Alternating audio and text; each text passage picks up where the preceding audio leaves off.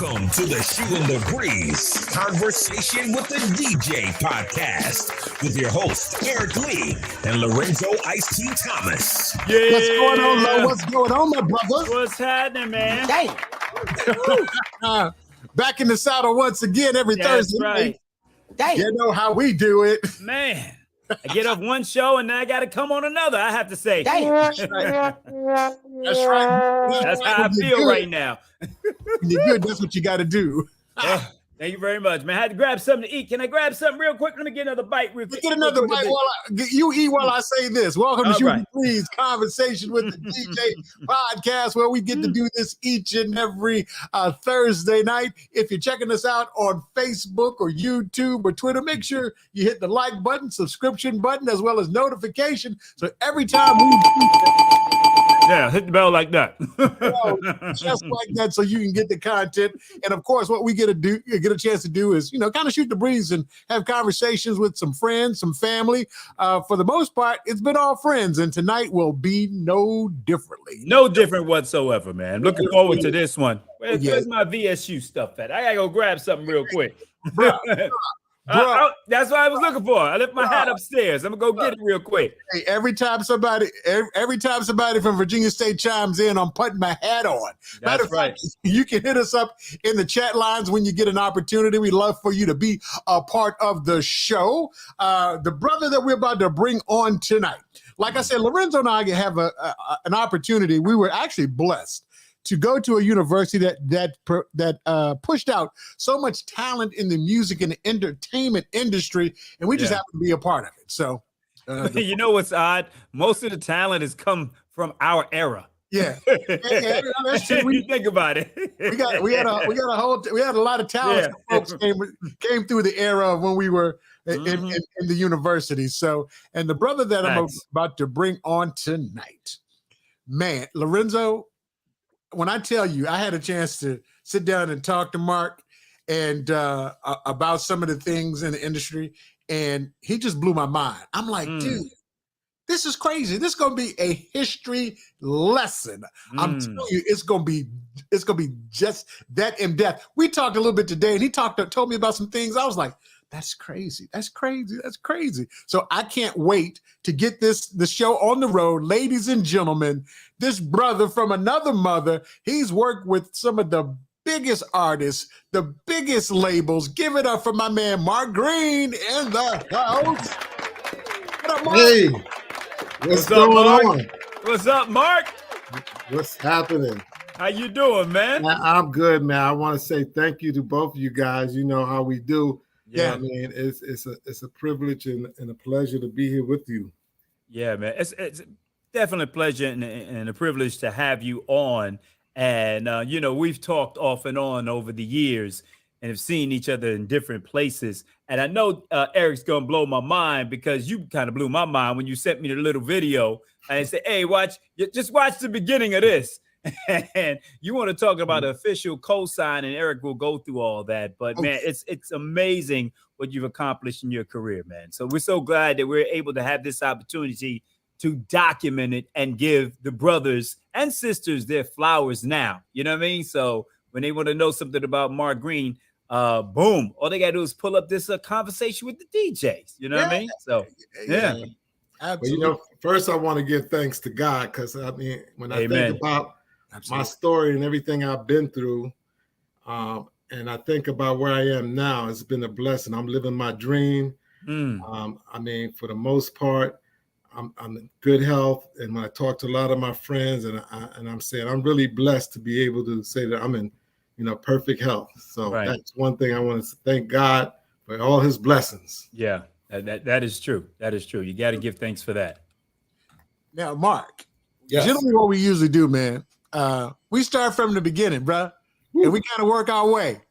So how'd you get first of all, how'd you get in the business? Well, how long you been in there? Because you got a story, bro. Let me shut up. Go ahead. Well, growing up, man, like all other kids, I just enjoyed listening to music and watching the movies about music, and that's all I wanted to do. And, during that time, I started taking drum lessons and piano lessons. I think I was in like 8th grade. And I guess somewhere down the line, I ran into a guy named Freddie Williams, who was a friend of mine. He was like a neighbor. And we started talking about, forming a band because he played guitar and I played drums. And I went to his house. And when I got to his house, I was like, oh my God. I looked on his wall. He had all these platinum albums from the Jackson 5. And I was like, who is this guy? And then he explained to me who his uncle was. His uncle was named Freddie Perrin.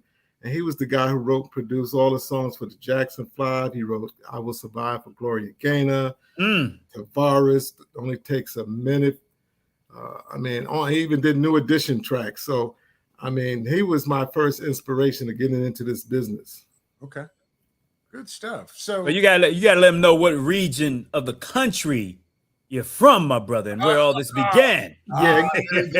Yes, sir. Right here in Hackensack, New Jersey, the big Hackensack, the big stack, y'all. I'm here in the bottom, so in the bottom we say up top. You know what I mean? Yeah, yes. From up top. There you go. No doubt. Now, Mark. Yes. How did you get into hip hop? Because one of the things that we're gonna talk about is the fact that hip hop got a birthday this year, and everybody talking about 50 years of hip hop, and you've been around for I can't tell you all 50 years, but we're pretty close to it. See. So let's talk about your journey into hip hop, because I heard your story and how it translated to our alma mater, Virginia State, and all the things that entail. Let's talk about that.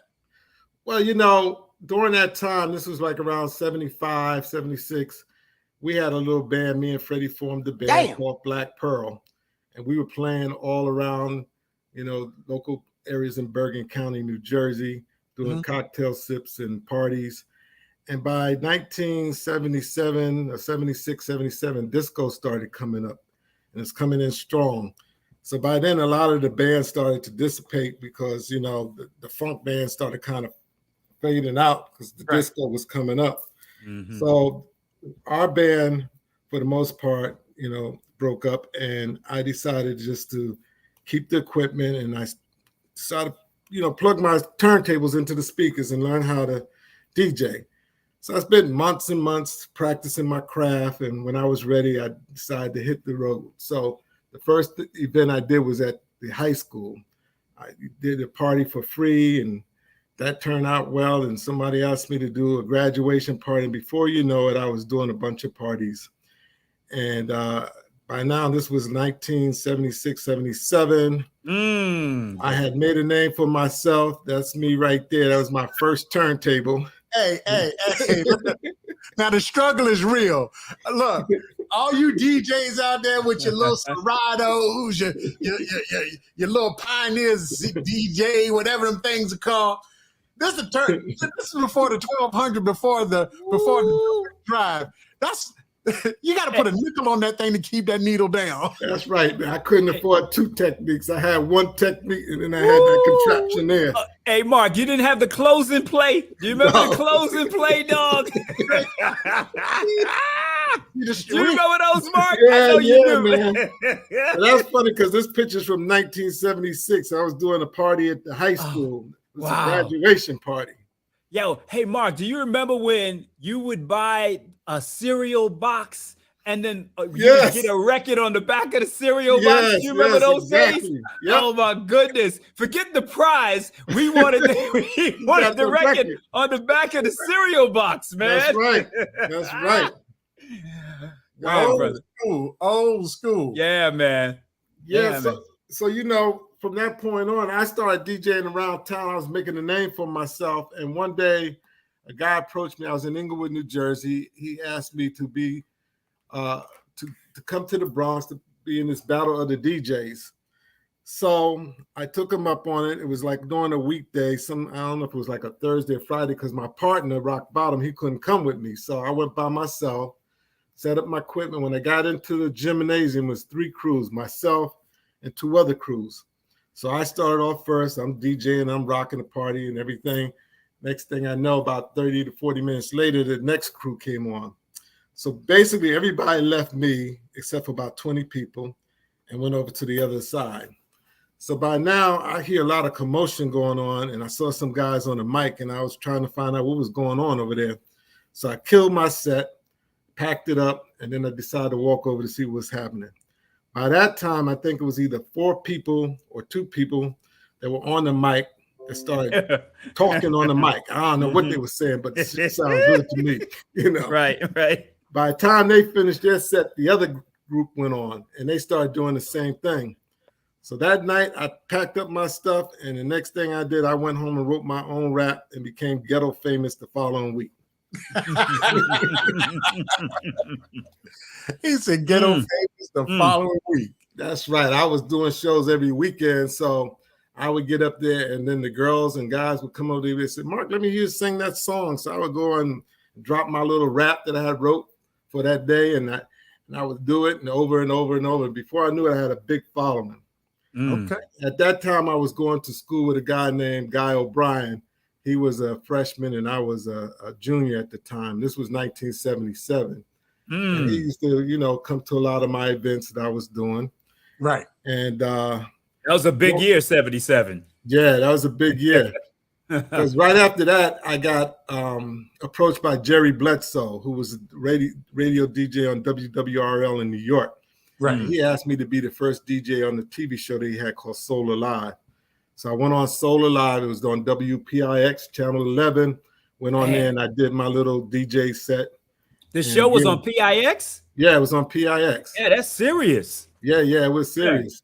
Yeah. You know, it was like a Soul Train, but it was based on high school. So all the high school students would select different students to come up there and dance, and you would have a guest DJ, and that's how that kind of went down. Let me ask you this: 1977. That was the year of the blackout, right? That's what I was going to get to. Oh, okay. Eric is laughing. Dude, no. I don't know. Listen, I don't know the story. No, I think Mark has told Eric the story. He told me the story today. I know it's so. 77 was a big year. It was a big year for hip hop. For hip hop, go ahead, Mark. That's what happened by 1977. You know, rap was only going on over there in the Bronx and maybe some other boroughs, but in Jersey, I brought it here, and it was starting to pick up momentum. The same thing with DJs. By the time the blackout hit in New York, all the stores, people were robbing stores and stealing equipment. By the end of 1977, everybody was DJing and rapping. I couldn't even believe it. I was like, oh my God, this is like something I couldn't even think of. And so in 1977, all that started taking place. By 78, Guy had already formed his little crew, and he started DJing and doing his little rap stuff. I was who was that again? You said 1978. Which group? I mean, Guy. He was called Phase. He had a group called Phase 2. I think it was him and another guy from Hackensack, and they had their little DJ set up, and they were doing their little rapping and stuff. You know, so by then I had met this guy in person, Freddie Perrin, who was the producer for all those top records. He was the Teddy Riley of his time. Let's just put it that way. Okay. He did everybody from LTD to the Bee Gees to you name it. So when I met him, I was so excited because I had decided I'm going to be a DJ. That was my day. I was going to school. I was going to be a DJ. And Freddie said, no. I said, Freddie, you know, I was on TV. I did this and that. I'm going to be a DJ. He says, no, Mark. He said, listen, you don't want to play the music. You want to make the music. He told me to go to Howard. He said, study music, learn how to play all the instruments, and you come out and you produce and write the songs. And I said, okay. I went to Howard. I went down there for visitation, but I had been in the streets all my life. So going to Howard, I just didn't see I was going to graduate. I saw too many opportunities to make money. And I was like, in DC, for sure. DC. Right. And I said, this ain't going to work for me. Yeah. And Howard is located like right in the middle of the city. Yeah, for those that don't know. Right. So it's not a campus per se. No. Right. And you know, I had a lot of family in Virginia, so Virginia kind of made sense to me. So as soon as I got down there, I rolled down there with all my equipment. I was DJing at 2 clubs, Mr. J's in Petersburg and another club in Richmond. I think I was DJing from Thursday through Sunday. In my freshman year, I ended up being on probation because I was never at class. I kept missing my morning classes. And okay. Yeah, you know what? Now I'm not really mad at you because my freshman year, I ended up on probation. The my first year, first semester, and I'm gonna blame it on your frat and the Deltas. I'm gonna blame it on the students. I'm gonna blame it on the Deltas because y'all threw parties that whole first semester, and I don't think I missed one of them. Right. So I ain't had time to study. That whole school thing was a whole new experience. I'd never seen so many fine Black women in my life. Right. I got down there and I was DJing. I was making a name for myself. Hold on.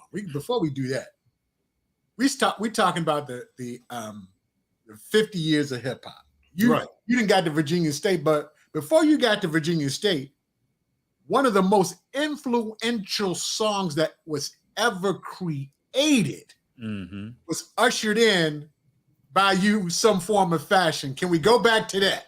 Sure. Well, talk about it. Well, first I want to give credit to Master G because if he hadn't co-signed the story, it would never have been told. Master G, my mellow is on you. So what you gonna do? So for those of you who don't know, Guy O'Brien became Master G. And again, he gave me credit for introducing him to hip hop, to rap. Because back then we didn't know what we just called it rap. It wasn't hip hop. It was just something that we did. It was called rap, So I thank him for allowing me to receive my credentials as an early influencer of hip hop. M.A.S, a T-E-R, a G with a double E. That's right, my dude. The rapper's delight. If you weren't, everybody outside of definitely New York and Jersey, that was one of the first rap songs we heard. Sugar Hill Gang.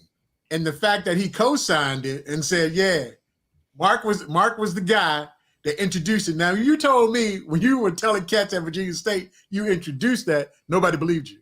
Nobody believed me. After a while, I just stopped saying it because, by then there was a lot more guys who were more talented than myself. And we had a lot of guys who could just spit from just looking at you. I wasn't that type of guy.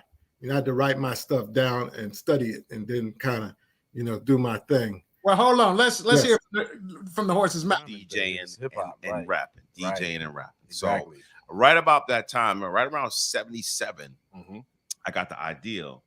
By this time, I was living in Hackensack. I got the ideal to start DJing in my neighborhood to make a little money. That's right. And then I got turned on to rapping by an upperclassman. Okay. So now I'm rapping. I'm doing this thing. I'm going through Hackensack. I'm in Englewood, and I'm moving around. And by happenstance, I run into the store.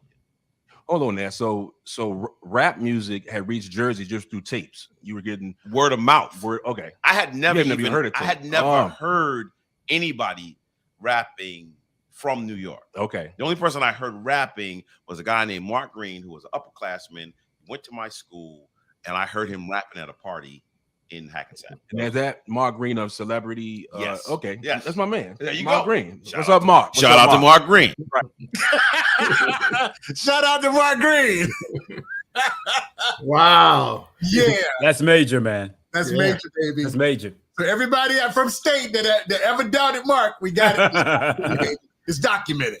Wow, that's great. Because I tell you, like I said, I'm not trying to be a rapper right now, or I'm not even trying to be in that game, but I just want the story to be told as we're talking about the history of hip hop.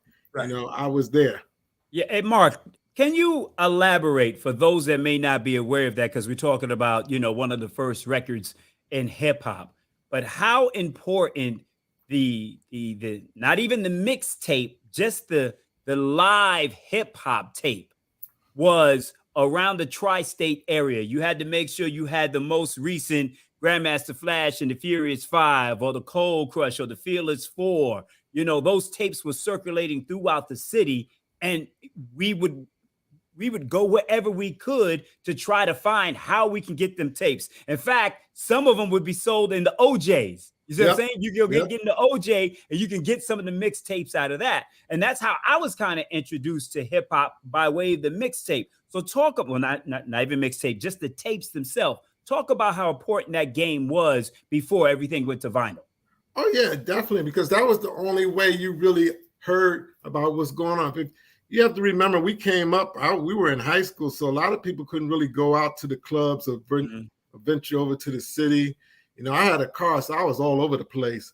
But the mixtapes were very important, and it was almost like it was like a secret society to get them. Right. Where'd you get that tape from? You know, no, it was almost like trying to buy some drugs in order to get the tape. Yeah, exactly. You know, some of the drug dealers were selling the tapes. They sure were. That's right. No, really, it's like the memory's coming back. Not that I bought drugs, but you know what I'm saying. I got some weed. I got this 8-track. I mean, people would pay a lot of money for those tapes. I mean, you know, $20 sounds like a little bit now, but that was a lot of money back then. Right. Shout out to Heart Attack. What's up, Tack? One of my favorites was Grandmaster Caz and the rhyme he had about Yvette. Right. You know what I'm saying? A long time ago that I'll never forget, I got caught in the bed with a girl named Yvette. You know what I mean? And someone's knocking on the door. Right. And somebody coming. Yeah, me. You know what I'm saying? so that was like one of my favorite rhymes. If I heard it, I could probably say it with it. But and that's why Grandmaster Caz is respected the way he is today, to this day, as one of the best to ever do it. Yes, and I'm glad he's gotten his credit because we all know the story. Right. Yes. Right. You want to share a little bit of that because were you around for some of that? I wasn't around for that because I was hanging out in the clubs, all the clubs that was happening back there, right, and going. But again, it was new. It was just something that we were doing for fun. It wasn't it wasn't about making money. As I was with yesterday, I was at this event and I can't even think his name. We were talking and he was just talking about how we all did this back in the day for love. Right. You know, and that's basically what it was. Nobody thought that this was going to go any further than where it was at the time. Mm-hmm. We didn't think there would be 50 years later we'd be talking about and all the money that hip hop would be making. Yeah. Right. You know? Exactly. Sylvia Rome did see something. She had a vision. Yeah. Sylvia Robinson. I'm sorry. Yeah, Sylvia Rome. Yes. Yeah. We all know who Sylvia Rome is. My fault. Shout out to my man Thomas Williams, VSU in the house. Thank you, brother, for checking in. I love it. He said, "Yeah, got to throw the state hat on." That look a little small. Look a little small when you miss. Okay. Can't put it over that. So, let's go back to state now. So you at state now. So I was at state. You know, by this time it was 1978. And guy called me up. He said, "Yo, man, we making a record." I said, "What are you talking about?" He says, "Yeah, we're making a record off, Good Times." And I said, "What?" And he played me the record, and I got so excited, but I did get jealous too. I ain't gonna lie. Mm-hmm. I was like, "Damn, he's making a record. I should be that guy making the record." Mm-hmm. So when the record came out, I mean, I was in college, so I was down at B State. They sent me the record right away. I was probably one of the first people in Virginia to have the record because I had made that connection with Sugar Hill through Guy. And I remember even playing that record one day at Mr. J's club. He didn't like the record, but everybody and the mother wanted to hear that record. They kept requesting that record over and over and over. And at that time, I played the record. He came and threw the record off the radio, and off the record player, and actually picked me up and started choking me. Wow. Yeah, it was crazy. So I ended up leaving that club and trying to sue him. That's during important. that whole time, I think around Thanksgiving, I went home, and when I came back, my apartment had been robbed. They stole every single record I had. They stole my clothes, all my speakers. I had a drum set, a saxophone, a keyboard. All that was gone. My place was empty, and that pretty much ended my DJ career because I didn't have the money to purchase all those records I had accumulated over the years. Right. I didn't have the money for the turntables. My parents were not buying me anything. They didn't care. They was kind of happy because I almost dropped out of school. So they was happy. So that was it. I couldn't DJ no more. Man. So how'd you wait, were you living in Petersburg? I was living in Petersburg on River Road. On River Road, River Road Apartments. Yes. Oh yeah. Know that area. Yeah, we spent a lot of time over there in those apartments. Yeah, man. They knew where you were and they knew where you lived. Yeah. So fortunate. Well, maybe fortunate for you, right? It was kind of fortunate because I ended up going into working with a guy named Ed Graves, known as Woodstock, and another person. That's my dude. He sold me all Richmond. My cars. He sold me all my cars. That's my Ed Graves is my dude. Yeah, so I started working as a roadie for those guys, producing and promoting concerts and just doing the whole setup. And that's how I got into where I am now. Okay. Shout out to Woodstock, aka Ed Graves. That's my dude. Yes. I used to hang out with him and Steve Branch at the club back in the day. Yes, definitely. So you go ahead. And Steve Branch has been on the show already, Mark. I don't know if you know. He's been on. He's been a guest. Yeah. Steve been on the show. Yeah, he has. So, you know, during that time, after G and I had hooked up, he got me an opportunity to intern at Sugar Hill Records. So through 1981, all the way to 83, I was there doing intern. Mm-hmm. And I started learning a lot of ropes there. I was working as an assistant engineer with a guy named Billy Jones, who later came in. There was another engineer named Shamik, who was a little bit younger. But during that time, me, Angie Stone, Angie B at the time, we were good friends. Me, Flash, and Melly Mel, we all knew each other. I would always be in the studio with Sylvia Robinson. And then, as they say, we fix it in the mix. Yeah, we did everything at night. After the songs were cut, me and the engineer would be in there and we would fix it. Sylvia would come in and she may stay a half an hour, 30 minutes, depending on what it was. She said, change this, change that. And then she was out, You know, the good thing with her, she took a liking to me. So she took me everywhere she went. You know, we did any shows in the New York area. I was with her. I just learned a lot from watching her. Right. And some people, tell me if I'm wrong, Mark, but that's Sylvia Robinson is the same Sylvia that did the Piddle Talk. Yes, song, exactly. Right? Yep. Okay, yeah. Yep. Which Janet Jackson just recently remade. Wow. Yeah, she just did it, and just how Janet talks and how she sounds. So there's a pretty good job on it too. But Sylvia, that was a sexy song. So. Yeah. There was many things happening during that time in the studio, And I just think about one time when we had this group called Positive Force, and Sylvia was signing them, and she decided she wanted to make them the band for the Sugar Hill Gang. But at the time, they turned it down. They said no, they just wanted to concentrate on doing what they did, and that's when she formed the other band with Doug and Craig David and a few other people. Okay. So when you decided to take this hip hop thing serious, and you hooked up with one of our boys that did the show. Duckett was our first person outside of our radio cats. He was the first industry guy that was on the show. So you and Bobby Duckett, how all that went down? Tell us. I can't believe Bobby Duckett was on the show. He didn't talk about me. Him and I were like two peas in a pot. We were everywhere. We did everything together. Right. You got Hush Productions at that time, right? Yeah, we were at Hush Productions. I came in and we were both hired at the same time. Bobby was there probably a little bit earlier than I was. And I had already met Bo and Melba when I was in college, because when we were in college, I met two people and I asked them for a job. It was Melba Moore and Phyllis Hyman. Both of them told me to call them when I got out of college. So I called Melba and she told me to come meet with Bo and Charles. So when I met with them, they gave me the job and they said, we want you to work with this guy, Bobby Duckett.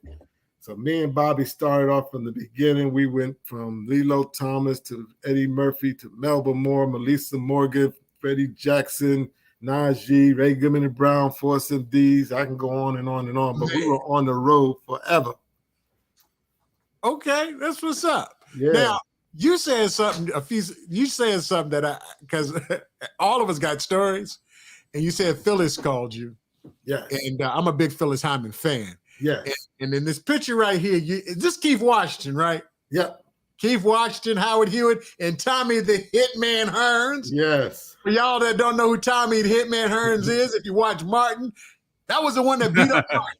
Right. But I say this because Phyllis, man, I love me some Phyllis Hyman. And she was performing at the Hampton Coliseum, and I went to go see her perform.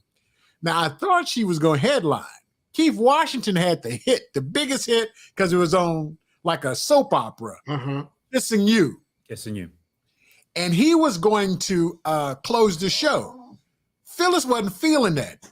She was outside telling everybody that she was not going to perform that night.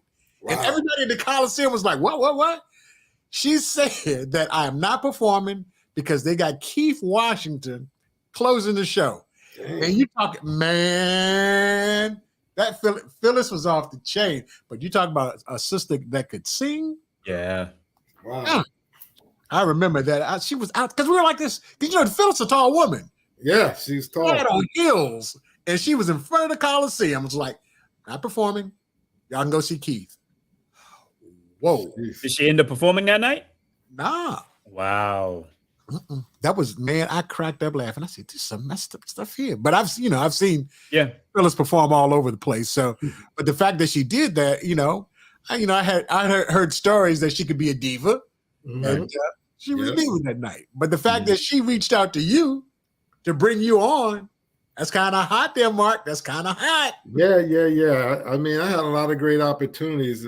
One other opportunity is during the time of hip hop. It was 1985. I was called in to manage a group called the Boogie Boys. And at that time, Fly Girl. Yeah. And that was like my first major tour where I was totally in charge of everything. I was the road manager, tour manager. And when I was out with the Boogie Boys, we got picked up to be the opening act for the Swatch tour, which was the Fat Boys. And that tour ended up later on turning into what you now know as the Fresh Fest. So we were on that whole tour. I still got my jacket from the tour. Man. And some liquor back there. I see. Yeah. He still got your jacket. That was the first concert. Was that the one with Run DMC? Yeah, they ended up coming on because at that time, the Fat Boys was hotter than fish grease. Right. You know, they had the movies out and everything. Right. So they had the Swatch tour, and then they became the headliner. And then we brought on Run DMC, Curtis Blow, LL Cool J. And we toured, I think we had one record. I think we toured for like a whole year. And the crazy thing about that is like, leaving I'm in the New York area, the tri-state area. I'm thinking I know everything about everything. But what I didn't realize is that there's more niggas that was kind of like slicker and crazier than us in different places. I mean, I got beat in Birmingham, Alabama, and then there was Nashville, Tennessee. So, as I tell people, there's projects and gangsters in every city. Yes, sir. It's not where you from, it's where you at. Where you at, right? That's right. So we were in, and one thing I learned about when we were on the road, the different areas where hip hop was almost stronger than New York.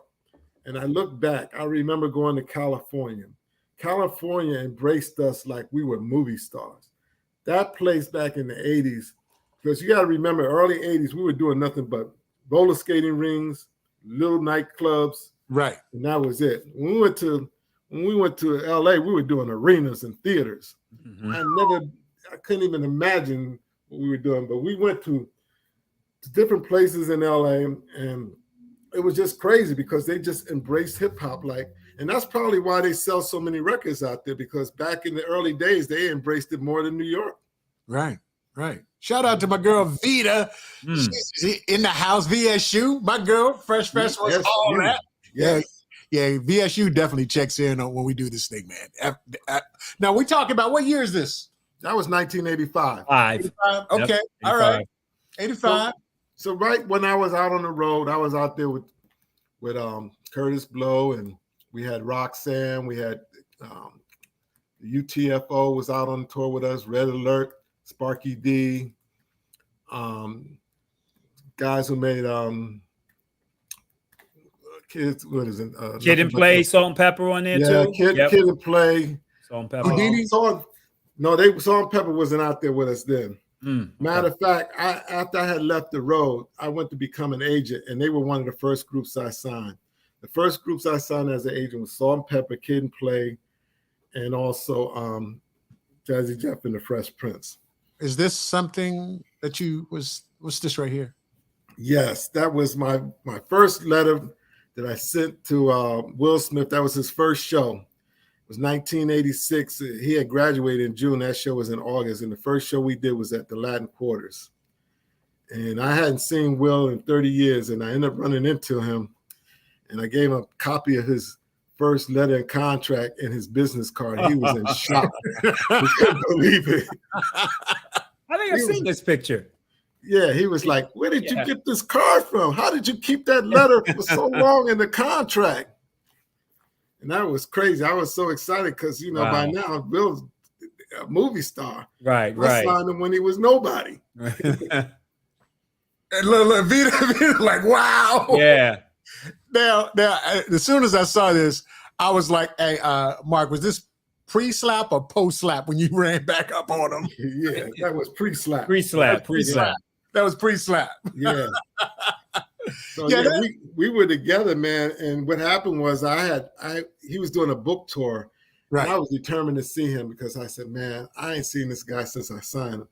I ain't had no passes or anything. So I ran into Charlie Mack, who I didn't know at the time. And I was asking him to get me backstage. And he was like, I can't do it. Is he the first on the limo? That dude? Yeah, that Charlie Mack. So I showed him a copy of the letter and the card. And he asked me, could he have it to show Will? And I said, all right. I said, well, just get me backstage. And after I gave it to him, he said, I can't do nothing for you. So I was angry. I was mad as hell. I was sitting in the damn show. I wasn't even paying attention. Nothing was going on. I said, why the hell did I give him my contract and this and that? But out of nowhere, Charlie found me in the theater. This was in Brooklyn at the King's Theater. He found me and he said, listen, man, Will and Jeff want to see you right away, right after the show. So meet me backstage. So I was back there on the side of the stage and I had no credentials. So the cops were trying to throw me out. And just as they were throwing me out, he came out. He said, no, let that guy back. So that's when he brought me back to meet Will and Jeff. And it was like a beautiful reunion. Right. That's what I'm talking about. Incredible story, man. That is incredible story right there. The fact that you were there at the beginning. And Will is still the same person. He really hasn't changed that much, from all the early years that you were working with him. And I know I've interviewed him early in my career and have had the opportunity to sit down and interview him in a trailer for like an hour and a half. And what you see with him is what you get with Will, Wow. I mean, pre-slap, of course. Right. But he's still the same dude, man. So I know he embraced you and showed you nothing but love and appreciation. Yeah, I was totally shocked. I just wish I had more time to sit down and talk with him. But there was Melly Mel and Eric B and all of them that was waiting online. But Charlie Mack just brushed me through all of them and put me right to the forefront. So I was excited for that. Yeah, Charlie Mack is responsible for this. I think they're calling it something going on in Atlantic City. Yeah, Atlantic City. Yep. What is it called? Hip hop. 50 artists, right? Yep. Yeah, he's the brains behind that. Wow. Yeah. So when has it happened yet, or is it coming up? No, it's coming up. It's coming up. Okay. In Atlantic City. Yeah. Yep. That's what's up. Look, if you're checking us out, feel free to hit us up in the chat line. Love to make you a part of the show. If you're checking us out on YouTube, make sure you hit the subscription button as well as the notification button. As we provide this content every Thursday, you will be notified, let you know what's coming down the line. And if you're on Facebook, do hit the like button. Shout out to my man, Jerry Carter, Jacques Cartier, my first program director. It's Miller time. It's Miller time. WFOS Norfolk, my man. So now you started your agency. You're signing Salt and Pepper, Will Smith, all that. What's next? Well, it wasn't my agency. I was working for ABC. ABC, okay. got a job to work at William Morris. I was there for a short time. They decided to move me to LA, and I was a New York guy, so I wasn't trying to move to LA. So I left. Man, he's done all this stuff before we even started our radio career. I started my radio career. We haven't even started radio yet. I'm like, damn. Go ahead, Mark. Yeah. Sorry for interrupting, but it just hit me. I'm like, yo, we haven't even started yet. Yeah. No, I didn't want to go. I had already signed. They wanted to put me back in the mailroom. I had already signed, Tyrone, Fly Ty. He gave me a lot of groups. He gave me Biz Markie, MC Shan, Roxanne Shante. Right. I had signed all of those guys to the agency. But at the time, hip hop was too new. And the agency didn't know what it was. They, my boss and I got into it. He was like, listen, I'm tired of you booking this shitty shit and shabby shab. You better book some BB King and Bobby Blue Bland. You got to realize that back then, hip hop, the average fee was $1,500. If you had a good record, it was $3,500, but it never went higher than $5,000. So we would travel $1,500 to $3,500 for damn near a year doing shows all over. So you telling me Run DMC and the Fat Boys was only making $5,000 a show? Probably so, yep. At the high end, maybe 10, but it was never more than that by the time they became, because, realize that no one knew what was going on with hip hop, especially the record labels. They had no clue what to do and how to do it. When I finally got my job in the record business, I was in charge of the rap department, and it was like they had no clue. They signed a bunch of junk. I mean, so many rap records that we signed, you probably have heard of. We probably had the worst label there was out there in terms of R&B and hip hop. After taking over the job in rap, I decided that it's time for us to make a record. So I went on and got a friend of mine named Crush, DJ Crush. You there? And him and I had knew each other from Virginia State. And we talked about forming a company. The company was called On Cue Records, and his company was SGL Productions. So we put this company together. Who's that, Crush? Yeah, that's Crush right there. I do. What up, Crush? What's up, Crush? Yeah. And so him and I put together this idea of doing this record. I came up with the idea of taking the song Midnight Hour and making a story about why they always playing rap music after 12. Because if you remember back in the day, they didn't play rap music during the day. It had to be after 12. Right. That's when it came on. We talk about that just about every week when we have people on. It's like, for you youngins that listen to rap at 6 o'clock in the morning, you couldn't do that back in the day. No. And you gotta take your hats off to Red Alert and Chuck Chill Out and Flex, and also Ralph McDaniels, because these were the guys who actually gave us an opportunity to hear and listen to our music. Right. There was no platform, there was no MTV wasn't playing our shit. Nobody was doing none of the stuff that we were doing at the time. Right. So at this time, Crush and I had started our own label, independent label, and during that time when we were doing the label, we were recording in the studio in Jersey, and there was another group that was coming in there recording at the same time. And they ended up changing their name. Their first name was New Style. And then they were recording the record, and the record came OPP, and they changed their name to Naughty by Nature. So they were coming in when we were always coming out. We were in the studio at the same time. So our records dropped the same time. Okay. So what happened with our record is eventually I went to Red Alert because I knew him from the Fresh Fest, and I would say, Red, here's my record. And he was like, nah, not ready yet. Went back to him again. We made some changes. He said, nope, not yet. So at this particular time, I just said, let's just do something different. I decided to take Latin music. We were probably the first people to do this. We took the Latin keyboards, the familiar Latin keyboards that everybody knows that sound, and we put it in a rap record. Okay. And that rap record, we just pressed it up. We just said, forget it. We're just going to press this record up and go for it. We pressed it up, and I gave it to Red Alert, and probably a few weeks later, I'm riding down the street in my car, and I hear the record on the radio. I think I turned that radio up to 10 and rolled down all my windows. I could not believe my record was on the radio. That was the highlight of my career, hearing a record that we wrote and produced on the radio. That's called what's Midnight Hour by Spice MC. Spice MC. Okay. Yes. So that was 1989. Right. So again, rap music was just really coming up. You know, the Boogie Boys were one of the first people to have a record on a major label. They weren't Capitol. Curtis Blow, I think, was the first one, and then Houdini. And I think we were like the third to have one on major labels, because as you may know, none of the labels were signing no rap music because they didn't know what it was and what to do with it. True. Right. Everybody all the independents had the labels and they knew how to work it underground. These guys had no clue. The funny thing about it was when I was there at EMI, I'm trying to tell them what to do and how to do it, but nobody listened to me. I don't know, because the way I dressed or the way I talk. So what I did was I told Crush, because Crush looked straight out of a Harlem, straight out of Queens playbook. Right. He had all the gear and the belt and the look. And I told him what to do. I said, listen, man, you're going to go here. You're going to meet with this guy. You're going to tell him this and that. Right. Well, Crush took the same record I had been trying to get signed. He went in there and they signed the record. And they offered him a job to work at the record label. Man, somebody call Crush, get him on the line. Yeah. He knows how to talk to those people. Yeah.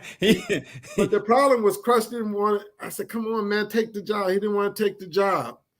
And, he kind of made comment that, he basically said what I told him to say, and we got the record deal. We got the deal done. Right. Wow. Well, you got to realize back then, rap record deals were like $5,000-$10,000. The most was at $40,000. I think Hammer's first deal was $40,000. And he sold at $10 million records. Yeah. That's when he was selling them out the back of his Please Hammer Don't Hurt Him. Selling them out the back of his car. Then Capitol signed him. Yeah, because the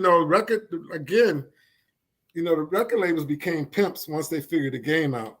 They pimped us to no end. True. Especially when they had to change the CDs and vinyl. Right. They knew that CDs were coming up. So what they did was they would sign you, give you a low rate on CDs and gave you a high rate on vinyl. And of course, everybody went for that. Right. Not knowing that in about 2 months, vinyl was going to be out of here. Look, they knew the folks over at Sony making the CD players about to go to Circuit City, Best Buy, and the Wiz. Everybody knew it was coming. Yeah, man. So you took a low percentage rate, a royalty rate with the CDs, and the CDs end up taking over the vinyl, and you end up losing in the long run. Yeah. So when Jay-Z said he gonna make them pay for what they did to the Cold Crush. Yeah. Speaking of, let's go back to this. You found that photo. Yeah, I found that photo. Wow. Man, can we find Jay-Z in here? Yeah, I see him. Uh-huh. Oh my goodness. What was this? Jazzo's? What was a wedding? Well, no, this was EMI was just announcing their R&B and hip hop people that we had, and that was Evelyn King, Evelyn Champagne on the left. It looks like Jay-Z and Jazz, and who else we had? Spice MC in there somewhere. Okay, and I forgot who that guy is there, but we didn't have no real great R&B, right? Not till we got the OJs, but I remember working with Jazz and Jay-Z, taking them on the road, and Jay-Z was so quiet. Sophie. Was it Sophie? Laid back and quiet, What was the name of that song? Hawaiian Sophie? Was that the name of the song? Hawaiian Sophie. That was the song we worked Hawaiian Sophie. That was like a frisbee. That shit didn't go nowhere. Well, we played it. We played it in Richmond. Okay. Yeah, we played it. We played it. We played it. We played it. Wow. We played it. That was the first time I can remember it. Yeah. Maxwell did you a favor. Yeah, when I hung out with Jay-Z and Jazzo, like I said, Jay-Z was, he was quiet and laid back. And then one day he started rapping, and I was in shock. And that's when he did The Originator. And I was like, wow, dude, I didn't know you could rap like that, And And that's kind of when he started coming out and started shining on his own. Yeah, that's what's up, man. That's funny to see. When I saw that, I was like, "Is that Jay-Z in the cut?" Okay. Yo, and I remember those hats too. I had some of those. It said the Jazz on the side in red. The front was red, black, and green, right? Yeah, exactly. Yeah, I had one of those hats. Oh, snap. Yeah, you know I had to have it if I remember what this is black and white. I remember the colors of it. Yep. You sure you hit it right on the nose. Man. Oh man. So that's a crazy photo right there, man. Oh, that is a crazy photo. That is a crazy photo. Now you said you spoke about Curtis Blow, and for a lot of people, they felt Curtis Blow was one of the first or the first rap record. We would always get into arguments. Was it Sugar Hill? Was it Curtis Blow? But the picture right here, man, look at here. You talking about the basis of hip hop, and somebody might say, well, who's the guy to the left or the right, depending on where you're standing, of to the left of Curtis Blow? That's Leo Cohen. Yep. Mm-hmm.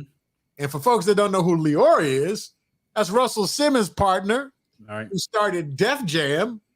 And he's also Kevin Lyle's partner, who started 300 Entertainment. So what the hell is 300 Entertainment?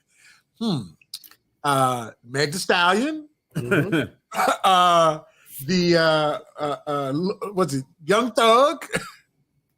He's got, Gunna, all of those.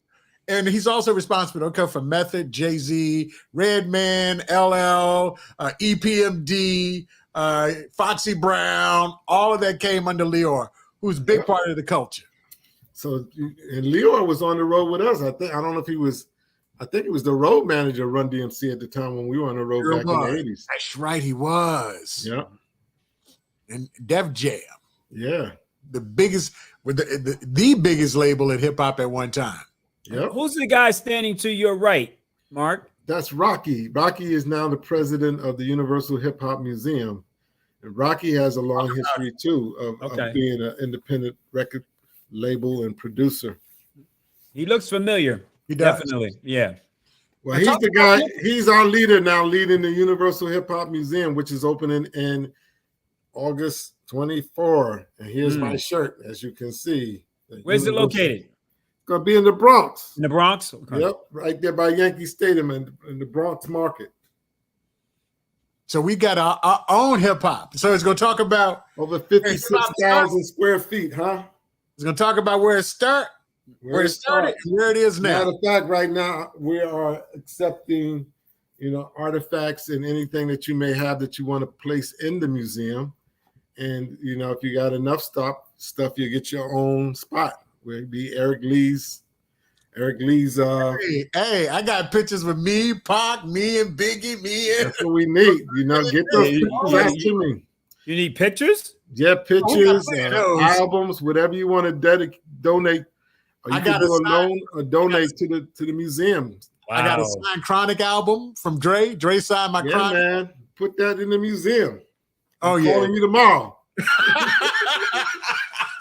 Yeah, the thing about it is, for the folks that are out there, Lorenzo and I used to be music directors, respectfully, at some of the radio stations. And when artists came through, you signed their stuff. You signed their stuff when it came through, and you never thought it was going to be worth much.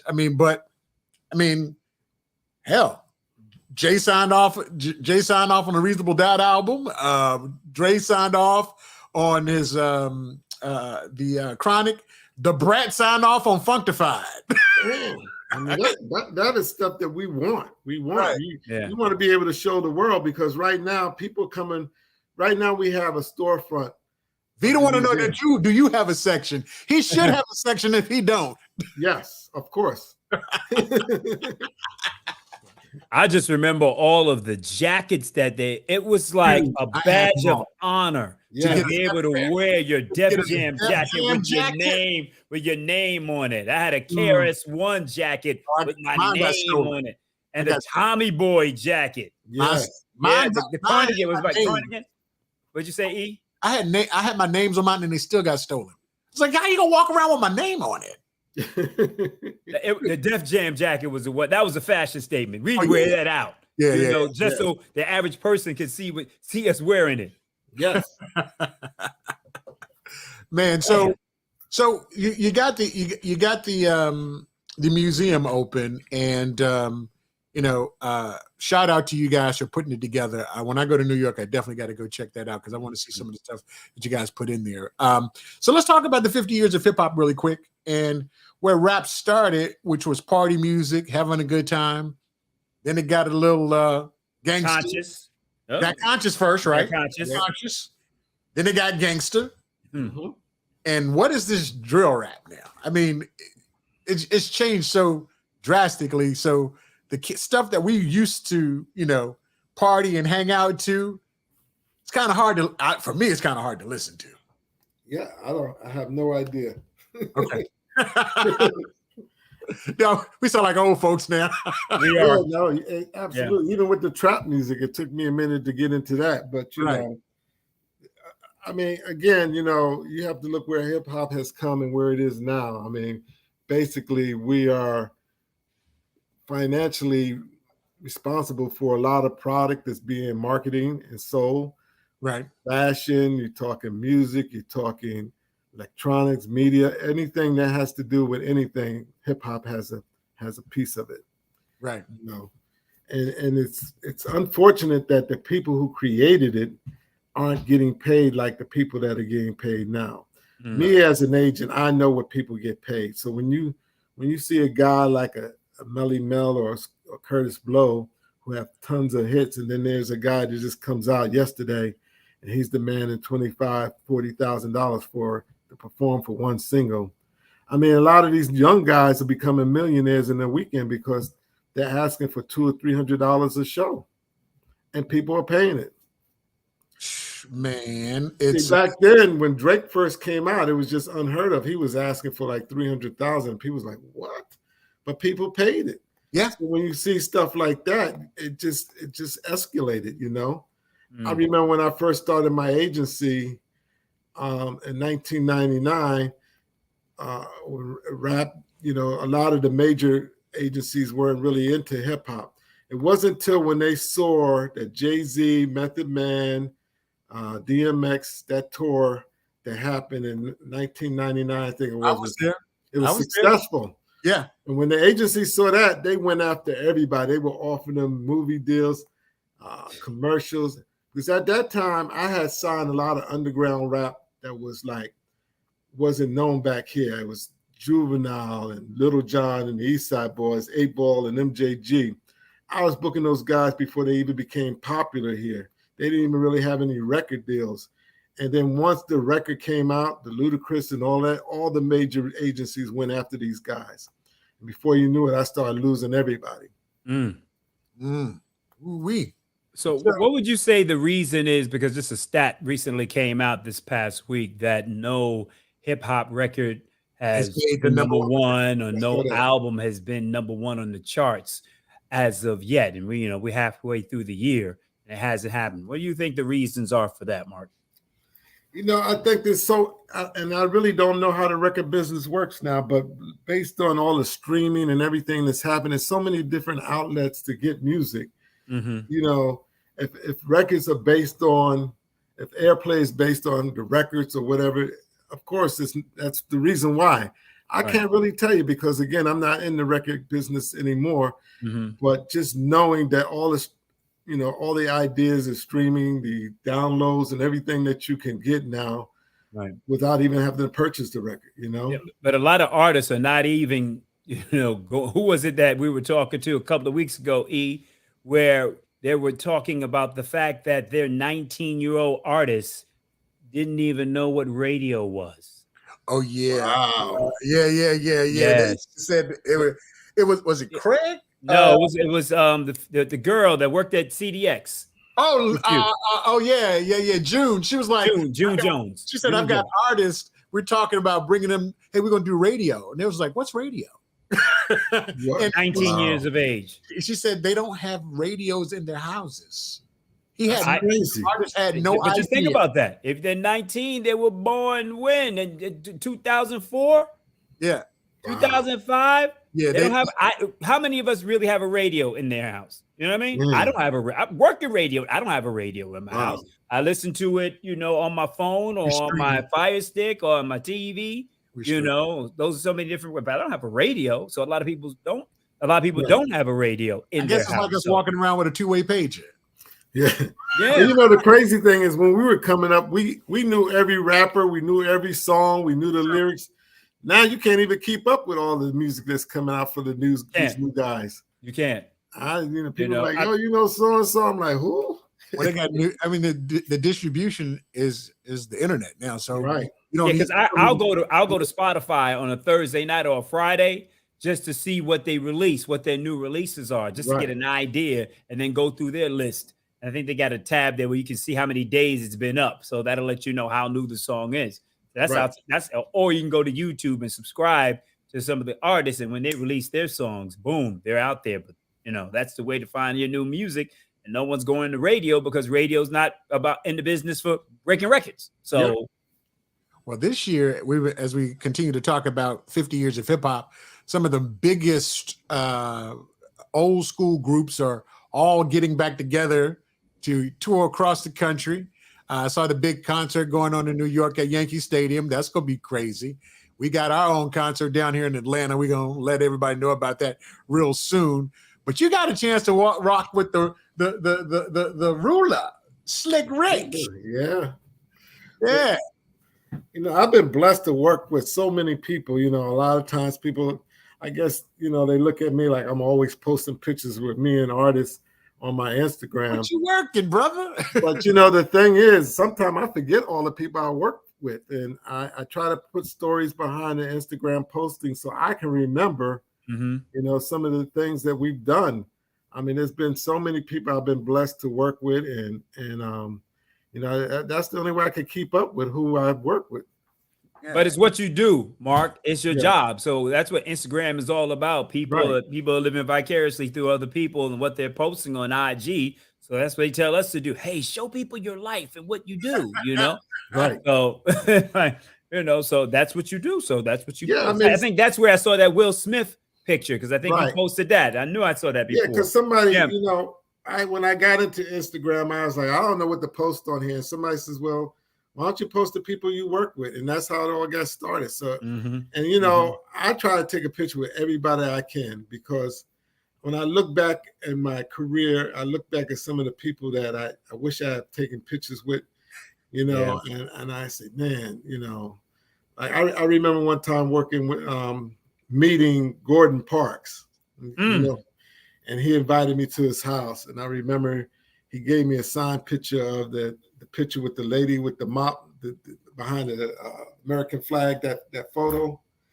And I thought about him and a bunch of other people that I worked with over the years that I didn't have any photos with, who were legends, So to me, whenever I get an opportunity to grab a photo, to have a discussion, it's an honor for me.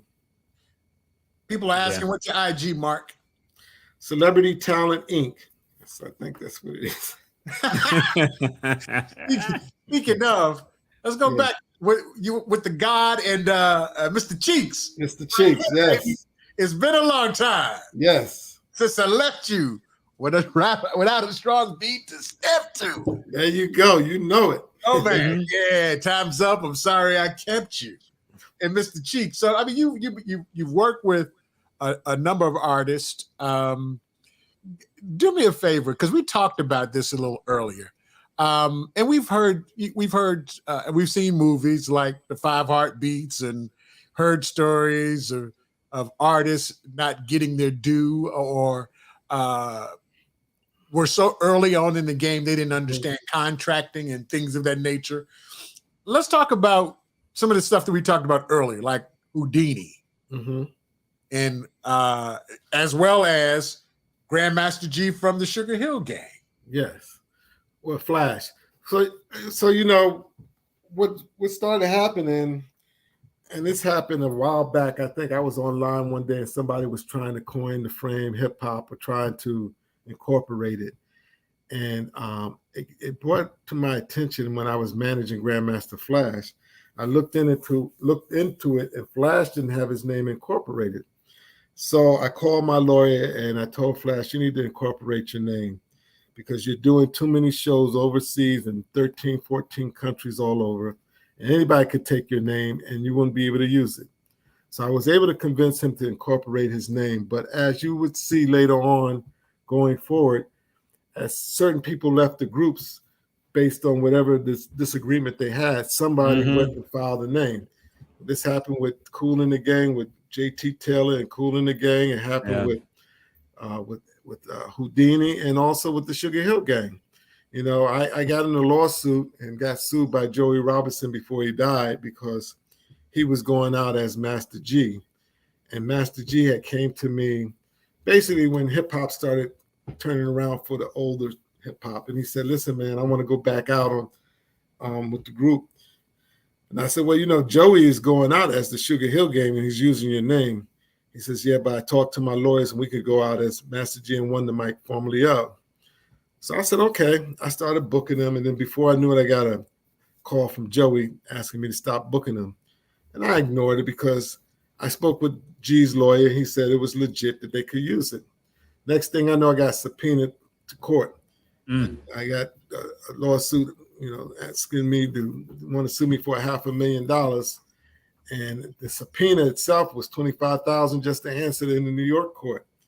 So I spoke with my lawyer. He told me you need to speak with Joey and try to work out a settlement. And I didn't want to do it, but I had to do it. Eventually, when they went to court, somehow down the line, Joey ended up getting the name Master G, and the Sugar Hill Gang couldn't go out as Master G. They had to go out as Rapper's Delight.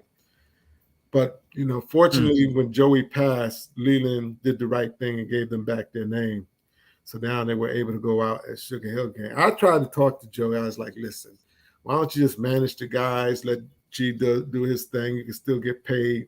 You can still go out as Master G if you want to. Don't do that. But he didn't want to do it. So, you know, I'm sorry for him. Rest in peace. But, you know, it was a situation where, again, and the same thing's happening with Houdini. I think that D now has the name Houdini. So I think Jalil couldn't go out as Houdini. Him and X had to go out as X and Houdini and Jalil, formerly of. But it's a thing that we take for granted. You know, you got to get your business straight. You know, right. my old saying is I learned a long time from a guy named Londell McMillan about, you know, there's gangsters, but there's also paper gangsters. Right. Those are the ones you got to watch out for. Right. They're the ones, you know, they ain't got to fight and all that. They just got to write something before you know it, you done. Right. I mean, it's you do. And as gangster as Suge was, he had Pac sign that piece of paper in jail, which absolved all of his rights. Yeah. So, folks, if you got nephews and nieces, or you a content creator, go ahead, trademark your name, trademark business, because you don't know if you're gonna blow or if they're gonna blow. Right. But if you do, it's yours. Especially with AI now, you know. Oh yeah, that's a whole new ball game now. Yeah, it's something different now. Yeah. All right. Hey, so Mark, you work with a lot of folks, and we're gonna go through some of these folks. We're gonna talk about it. He just passed away, known as one of the greatest NFL players to ever to do it. What was your relationship with Jim? Well, you know, I worked with Jim twice, and this time, the first time I didn't meet him. This picture was the second time I worked with him. We met. I mean, Jim was cool. He was quiet. He talked a lot once he felt comfortable with you. True. Right. But you know, I didn't have the type of relationship I have with some of the other actors I work with. Jim was, you know, I can't really say a lot about him other than, you know, the 2 times that we worked together. Okay. I mean, so you the long lost member of the Temptations, bro? Bro, that's you know, Dennis was one of my favorite guys that I worked with, man. We talked about all kind of stories. I love Dennis, man. I just recently worked with his wife and the other Temptations, the Temptations review, but Dennis was one of my favorite. Now he just. I can't tell you all the story because I got a book coming out. So. Oh yeah. I'm expressing a lot of the stories in the book. Okay, I mean, look, you ain't got to go deep in it. We ain't got. Look, we want you to talk. We want you to talk about whatever you can, and we'll let everybody know when the book comes out. Yeah. What's the name? What's the name of the book, Mark? The Show Must Go On. Okay. All right. Yes. All right. Now, what's been funny? I mean, it's been all over the net. It ain't funny now. This is a cool picture, but he been having some problems keeping steady on stage. Even you grabbed a bunch of my photos, huh? Dog, I'm telling you.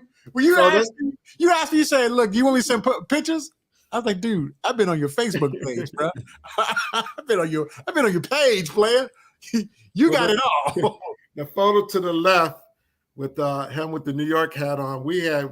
Was it 1990? 1996. It was the tour. I was the tour manager for Drew Hill. It was Drew Hill, Genuine, Aaliyah, Mary J. Blige, and we had the Bone Thugs and Harmony was the headliner. Okay. And it was hosted by Pierre the Comedian and DJ Kid Capri. Oh man, that was a hell of a show. Yeah. Yes. That was Drew Hill's first tour. Wow. And I think they're celebrating 25 or 30 years. 25 years we celebrating together. Yeah. I saw them perform last year here in Atlanta. And they are just as good today as they were back then. One of my favorite groups. If not better. One of my favorite groups. Yeah. I had the opportunity to work with Cisco and Usher at the same time. Mm-hmm. I just finished working with Usher my second time around as his tour manager. Mm-hmm. And then I got the call to do Drew Hill. And Cisco and Usher reminded me so much of each other, because they had the same work habits. Cisco was constantly working out. Usher was constantly working out. They both were constantly just practicing their craft all the time, and that's why where they are. That's why they are where they are. Yeah, when I'm promoting them, whenever they're coming in town, when I'm on the air in Miami or Orlando, I just say to the other '90s group, you don't want to follow Drew Hill. No. Drew Hill's going to shut it down. They're going to shut it down. Yeah, yes. and they bring it each and every time. So I'm so proud of them too. Yep. Because I was in Baltimore doing radio, Mark, when they were just coming up before they even got their deal. Right. They were coming by the radio station and hanging out at the station before they got their deal. So I'm so happy and proud of them. Wow. Yeah, I did my research. There you go. There you go. And have you seen him perform? Everybody's talking about the show in Vegas. They said he kills it in Vegas. I know he did. They say he kills it. So, always good. We always see Usher around here in the A. You've gone with dealt with hip hop legends from the past and present, and this guy right here, 50 Cent. Pity. Yeah, so I had the opportunity to work with him. Somebody from his camp contacted me. His mother, I guess his grandparents were celebrating their 50th year. We had a big party at his house. It was only his parents' friends. Okay. None of 50's friends was there. I probably was the only outsider that was at his house at the time. So I provided him Temptations with Dennis Edwards. We had Patti LaBelle and Benny King were the acts I booked for him. The first time I met him was at his house in Connecticut. Okay. With the one that he bought from Mike Tyson. Okay. This picture here was the second time I worked with him while managing Grandmaster Flash. He hired Flash to do the opening for his new series, Power. Oh, okay. Yeah. That's right. When Power first came out, we did it. Notori. Now, I was Notori's first road manager too. Really? Yeah. Wow. She was in a group called 3LW. 3LW, that's right. Yes. That's right. She was with 3LW? Yeah. Yes. Yeah. Yes. Yeah. You ain't pull that picture up. Man, I missed that one. Oh, man. So funny, because when I saw her, I showed her the picture when we first worked together. Because, they were young. Right. And they just looked at me as the tour manager, whatever. But the OG. I had so many acts at that time. I was in and out. I had 3 or 4 people working for me as road managers. I had Timberland, Missy Elliott, 3LW, Denise Williams. Sheesh, man, you was busy, dog. Yeah, I was busy during that time. Man. So I was like, I'd fly in just to make sure everything was going okay with the groups, and then I'd be out. So while you were doing all of this, me and Eric were in radio, but we would run into you. So where would we see you? At conferences? Is that where we would basically run into you? Yeah. Okay. Or if you bought the artist by the radio. Bought by the radio, yeah. Right. Working records too. Yeah. But for the longest, when I would see Mark, I would think VSU first before I would think industry. Same thing with me, with you. Yeah, I would think VSU first. And I think it was a while, I was like, oh, he's in the industry? That's right. Yeah, and I always looked at Eric as being on the radio in Richmond. Right. He was always my guy there. Right. And we would joke around, Mark, because how much talent came out of Virginia State in the industry. Of course, we had Damien from Guy, and Scoop and Dre Das Effects, and Mo, who's Sharon's daughter, the legacy of in the music industry, and having Lorenzo, you, myself, and having cats that really were a part of the culture of R&B and hip hop. One person I want to mention, Eric, and I don't think we mentioned him at all, Carl Weber. The author, are y'all familiar with Carl? We got to give him his props too, because he's doing a lot of television. He's doing a lot of television right now, so we got to give Carl Weber his props. He's kind of quiet at state, you know what I mean? But real G's moving silence, right? Wait, the crazy thing was Blair Underwood's father was my professor at college. He was Colonel Underwood, was in ROTC. And I remember when I was in ROTC. So I was. It was time for me to sign the contract, and I told Colonel Underwood that I wasn't going to go in ROTC because I wanted to pursue my career in the music industry. And he started telling me about his son. He was like, "Yeah, I got a son. He wants to be an actor, this and that." And it never really dawned on me until later on in life when I realized that Blair was from Petersburg. That was his father. That was my professor. Yeah. I don't remember. And he used to do plays at the Playmakers Club. Wow. Right off of Sycamore. Remember that little spot there? He used to do theater right there. Blair Underwood. There was another guy from Richmond that I met during my time touring. And he gave me a demo of this record that I thought it was a hit. And I looked at it, and I went and helped them produce it. And then I ended up publishing it. And it became a #1 record called Remember the First Time by Eric Gable. The guy who wrote it was from Richmond. And I got a chance to publish. That was my first record I ever published. Yeah. Wow. Yeah, I remember Eric Gable. I do remember that song. Yeah. You remember the first time. That's early 90s, right? Yep. 1990 exactly. Yeah. We did party at the Playmakers for sure. Yeah. A small little spot. We'd crowd in there. We'd just be happy to be off campus. Right. Another publishing thing I was able to do, I published the Grandmaster Flash story, which is his first book too. It took me 2 years to convince Flash to do that book. He didn't want to do it, but I got him to do it. And I tried to turn it into a movie. I talked to Ice Cube about it. He seemed interested, but it never developed from that point on. But I think he probably took the idea, and that's when he made that Compton story. Straight up. Because I told him, I was like, listen, I said, look, I've been managing Flash. We've been to 35 countries. I said, everywhere we go overseas, Flash is like Michael Jackson. I had never seen anything like it. We're playing outdoor festivals, and when you look outside, it's almost like Obama. When Obama was becoming president, you could see the crowd. You couldn't even see it was so far back. And that's how the shows was that Flash was doing overseas. We did Italy, Spain, France. I mean, we did a lot of Middle East, Turkey. And it was like, I couldn't believe how big hip hop was in all these countries. We would go to these countries, people couldn't even speak the English, but they would know all the lyrics to the rap songs that he would play. And it was amazing to me to see that a DJ would headline over some of the major acts that was overseas. Right. Flash was headlining shows that I couldn't even believe he was headlining. Now this is without the Furious 5, right? This Just was at the Grandmaster. Furious 5. You know, and even I understand Flash's reason for not wanting to go back. He says, I make more money DJing. Why would I want to go back to a group and have to split less money than I make as a DJ? Now Flash, was it the Chris Rock? What Chris Rock. Yep. I was managing during that time.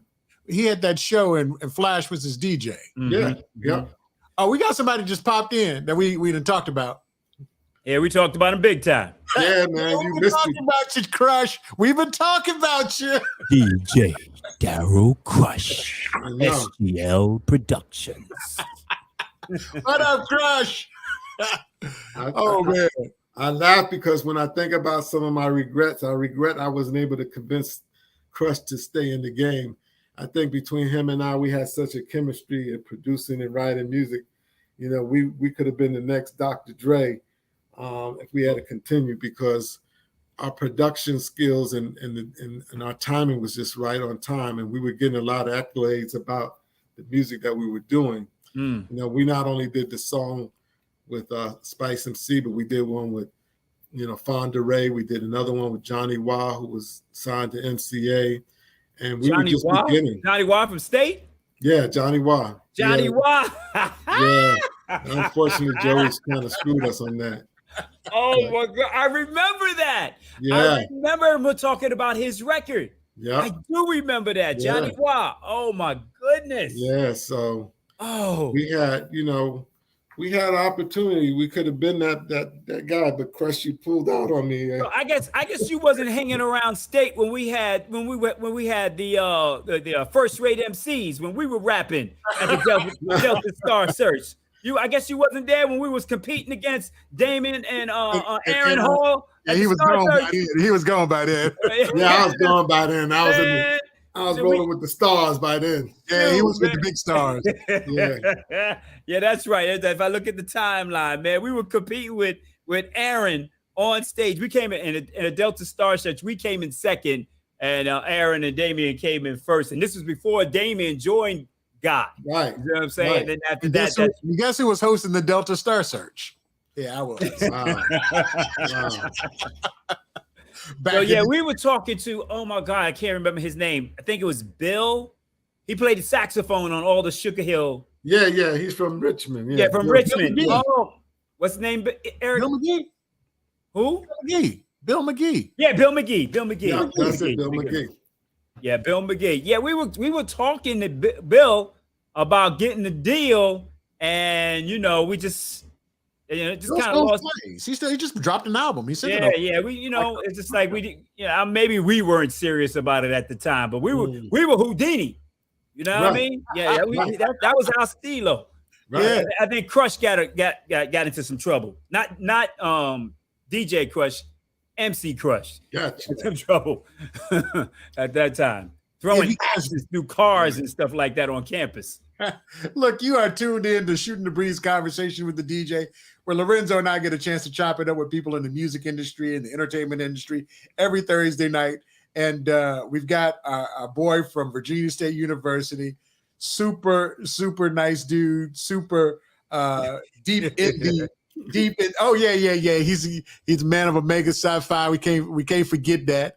Matter of fact, we gonna highlight that because I cracked up laughing as I was going through some of your pictures. Oh my goodness. Oh yeah, I went through some of your pictures, man. And yes, John, it is me. Yes, John, it is me. Thank you for the love. Yeah. Shout out. Matter of fact, let's shout out these folks. John Kilby. Yeah, that's Ice-T. Shout out to my man Nard. Who says, wow, haven't seen Mark since the Trojan Roundup days. Yeah. Nard's in the house. Speaking of the Q's, the New Side Brothers, I was hanging out with Creighton a couple of weeks ago. Hey, man, you got to come down here for that Seersuckers and Sundress. I heard. You putting on. I got a chance to hang out with Creighton that Friday night. Shout out to my man Byron in there. June was my roommate in college. Wow. Along with going another year. Yeah, so we see you with your bros. We got to give State their props, no doubt, doubt. Yes. You know, so that's always good. Okay, yeah. There we go. They're all repping again. There we go. So let's get back to the music industry. Yep. Hey, let me chime in here for a second because he was talking about Grandmaster Flash. Do you know if the whole vibe what Flash thought about the Netflix series The Beatdown? Did you have a chance to see that? Mark? Well, I was the one who negotiated the deal. It's called the Get Down. It's called the Get Down. The Get Down. I'm sorry. Yeah. Get it right. No, it was funny. Hey, I'm trying to remember. I got this. I would get a lot of calls for Flash to do documentaries, to do, videos or whatever. But this guy called me, and he was talking about doing a movie, and I was like, yeah, whatever. I didn't know who he was. His name was Boz Luhrmann. When I looked him up and realized he was a big-time Hollywood producer, I called him back right away. Right. So we talked to Boz. We went down. He gave me his pitch for what the movie was going to be about. I thought it was going to be about Flash, but it was about an era. The era was 1976 when disco was moving out, and this thing it was forming underneath underground was called hip hop. Mm-hmm. So the whole movie was based on the era of when hip hop started, how it got started, who started it, and where it started. And that's what the movie was about.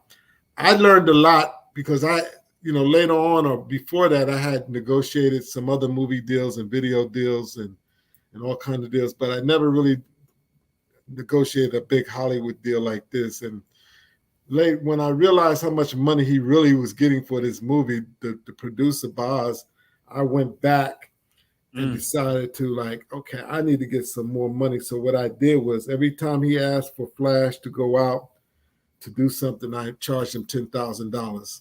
Okay. I don't care if it was a promo.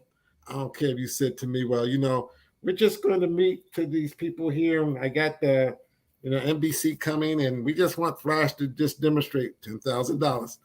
I want Flash to come over here and meet these guys. And if he could just talk to them about $10,000. So I got well over 100,000 when I was done with him to kind of offset what I should have gotten, so to speak. Right. Yeah. That's crazy. I mean, the problem, the thing with that movie, I think that people were looking at it as being the story of Flash and hip hop, but it was just the story of an era. Right. Mm-hmm. Yeah, true.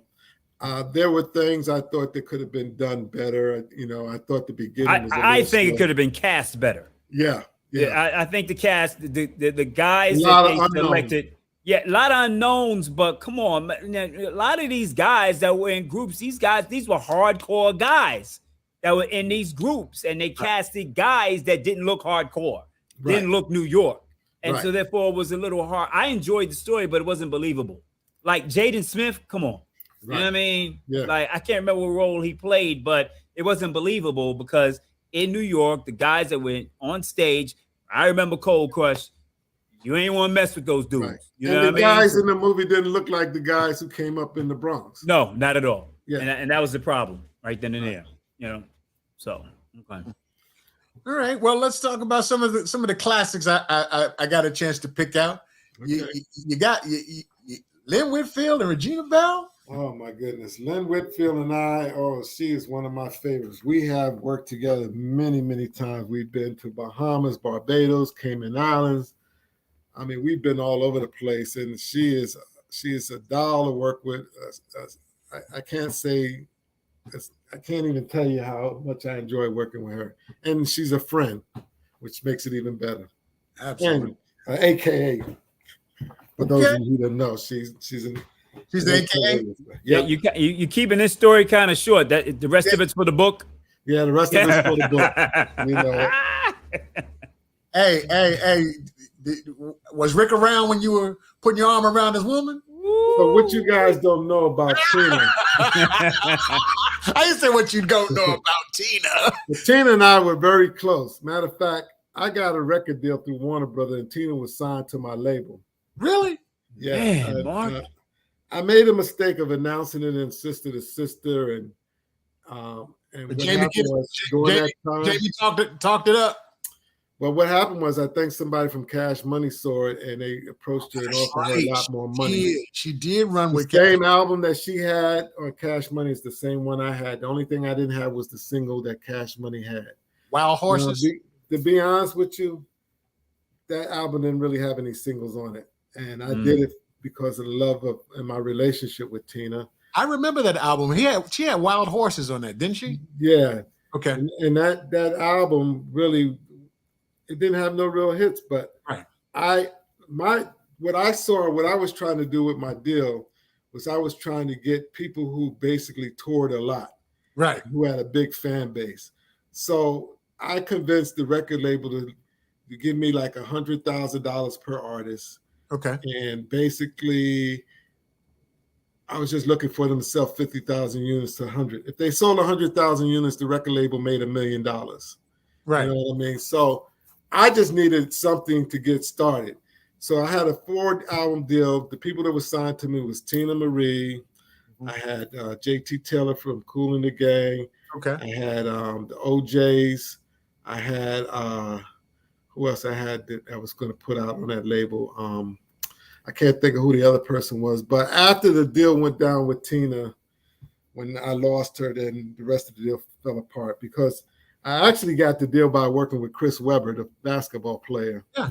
Okay. Chris was signed to the label, and I kind of brought that idea to Chris, but it didn't. Chris was a rapper? Yeah, Chris was a rapper. I know Shaq was a rapper. Shaq Chris had a rap album out that never came out. But it went certified lead. Yeah, I still got the copy of the album, you know.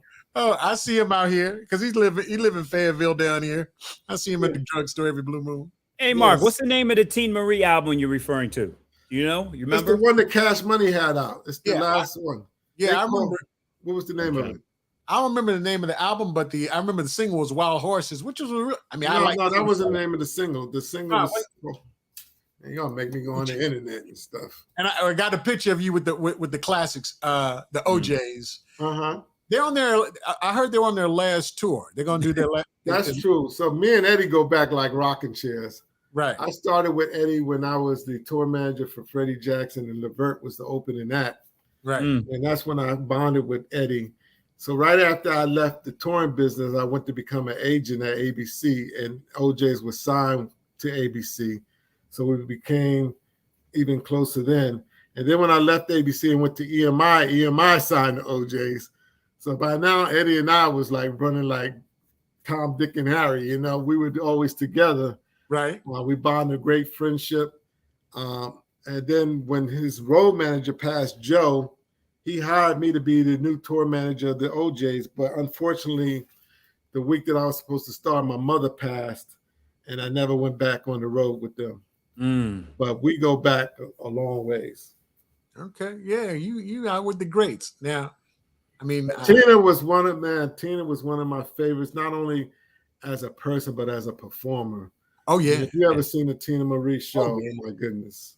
Dude, let me tell you, it was crazy because I still got the tickets. Her last concert, or the concert before she passed away, she was supposed to be with Frankie Beverly in Atlanta at the Fox. It was her and Frankie Beverly. It was New Year's Eve show. And I wanted, because we actually had her at a concert maybe 2 years ago with the station. Because when she sings Deja Vu, shuts the whole place down every time. And I remember, because I still got the ticket stubs, because we were going to see Tina Marie and Frankie Beverly and Mays. And they put Stephanie Mills on the show when she passed. Wow. Yeah, I remember that. Yeah, I mean, you ran with some greats, and I make jokes about Rick around and knocking you down. But I mean, if you got too close to this one, I mean, hit you with the back of that guitar, Miss Sheila E. And Sheila E. reminded me a lot of Tina because they both were multi-talented.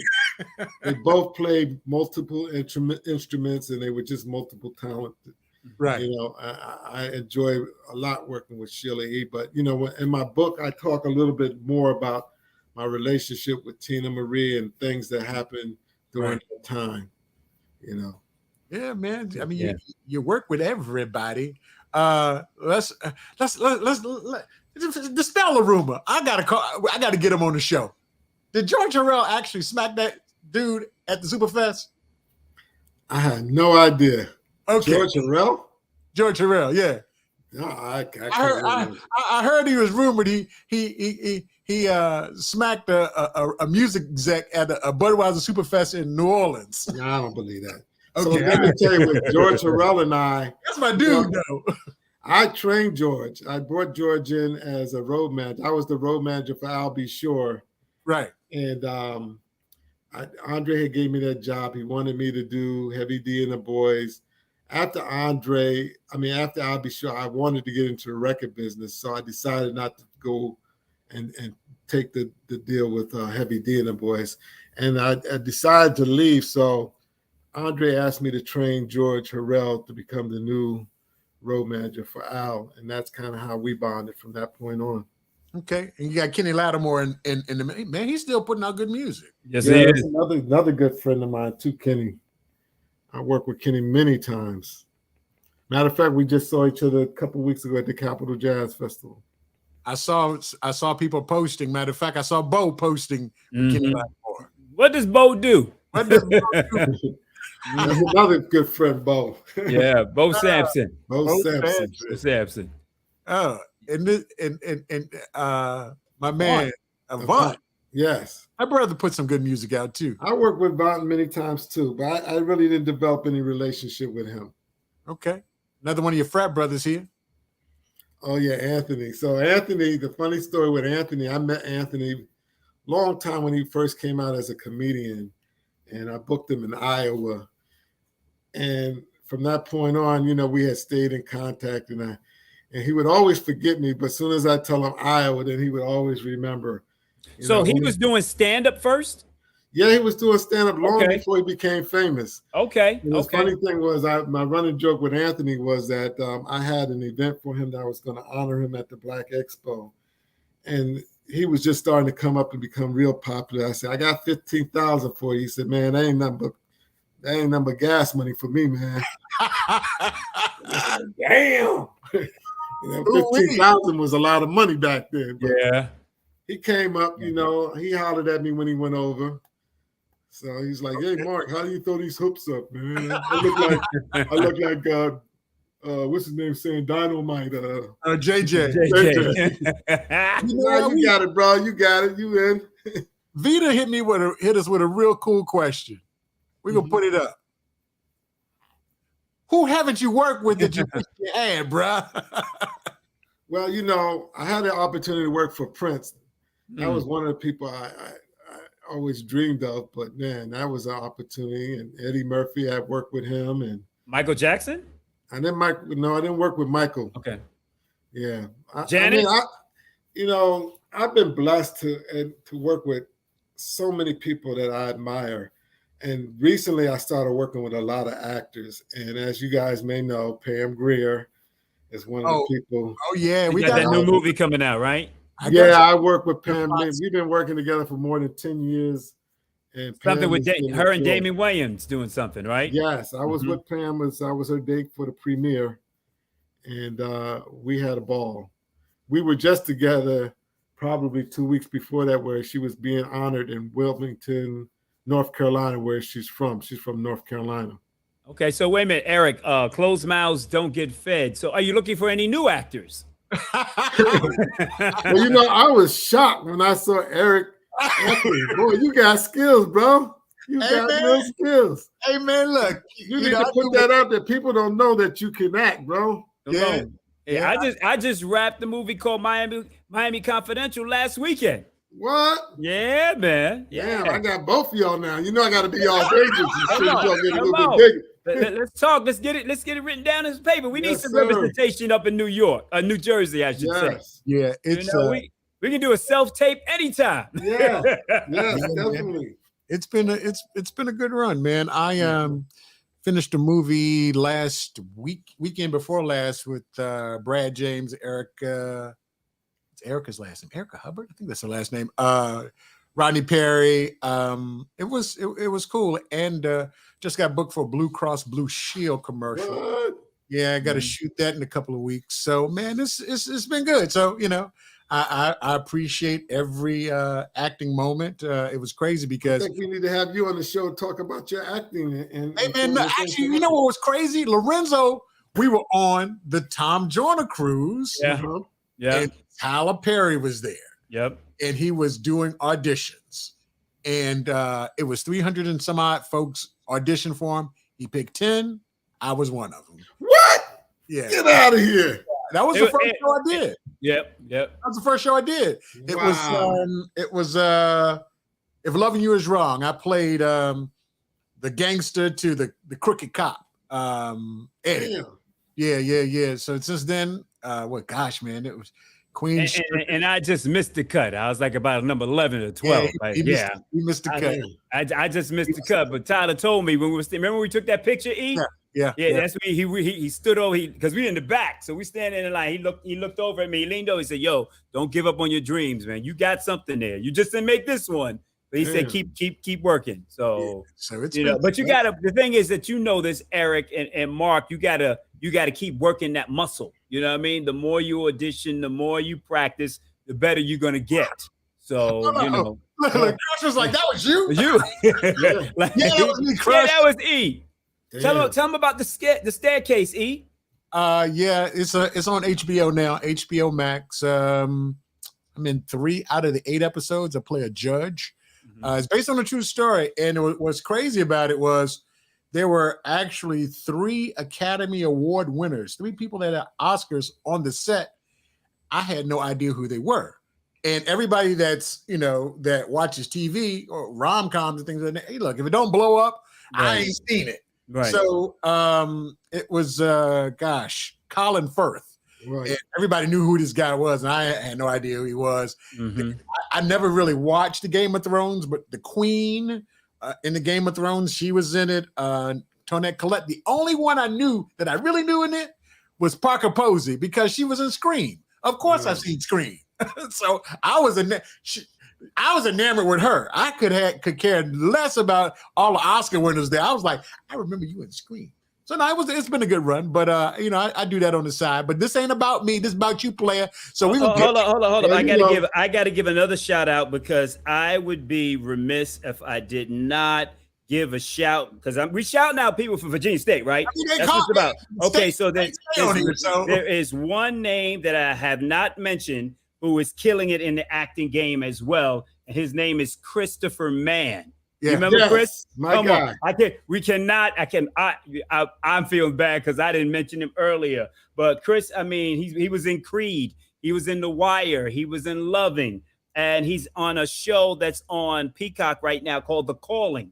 He's got about 3 or 4 episodes where he appears in there. So we got to shout out Christopher Mann, because we're talking about all the talent that has come out of Virginia State during our era, and that's another one that's doing it. So that's crazy, because I would be in the movie sometime, and all of a sudden I see Chris's picture. I'm like, I know that guy. You went to state. Yeah. I got to take my hat off to anybody that's acting. I had an opportunity. I was in the movie Malcolm X. Malcolm X, I was going to pull a picture. Pull it up, E. I was in Malcolm X. And he drew an arrow so you can see him. he go. Was he a principal extra? Well, I was an extra. So here's what happened.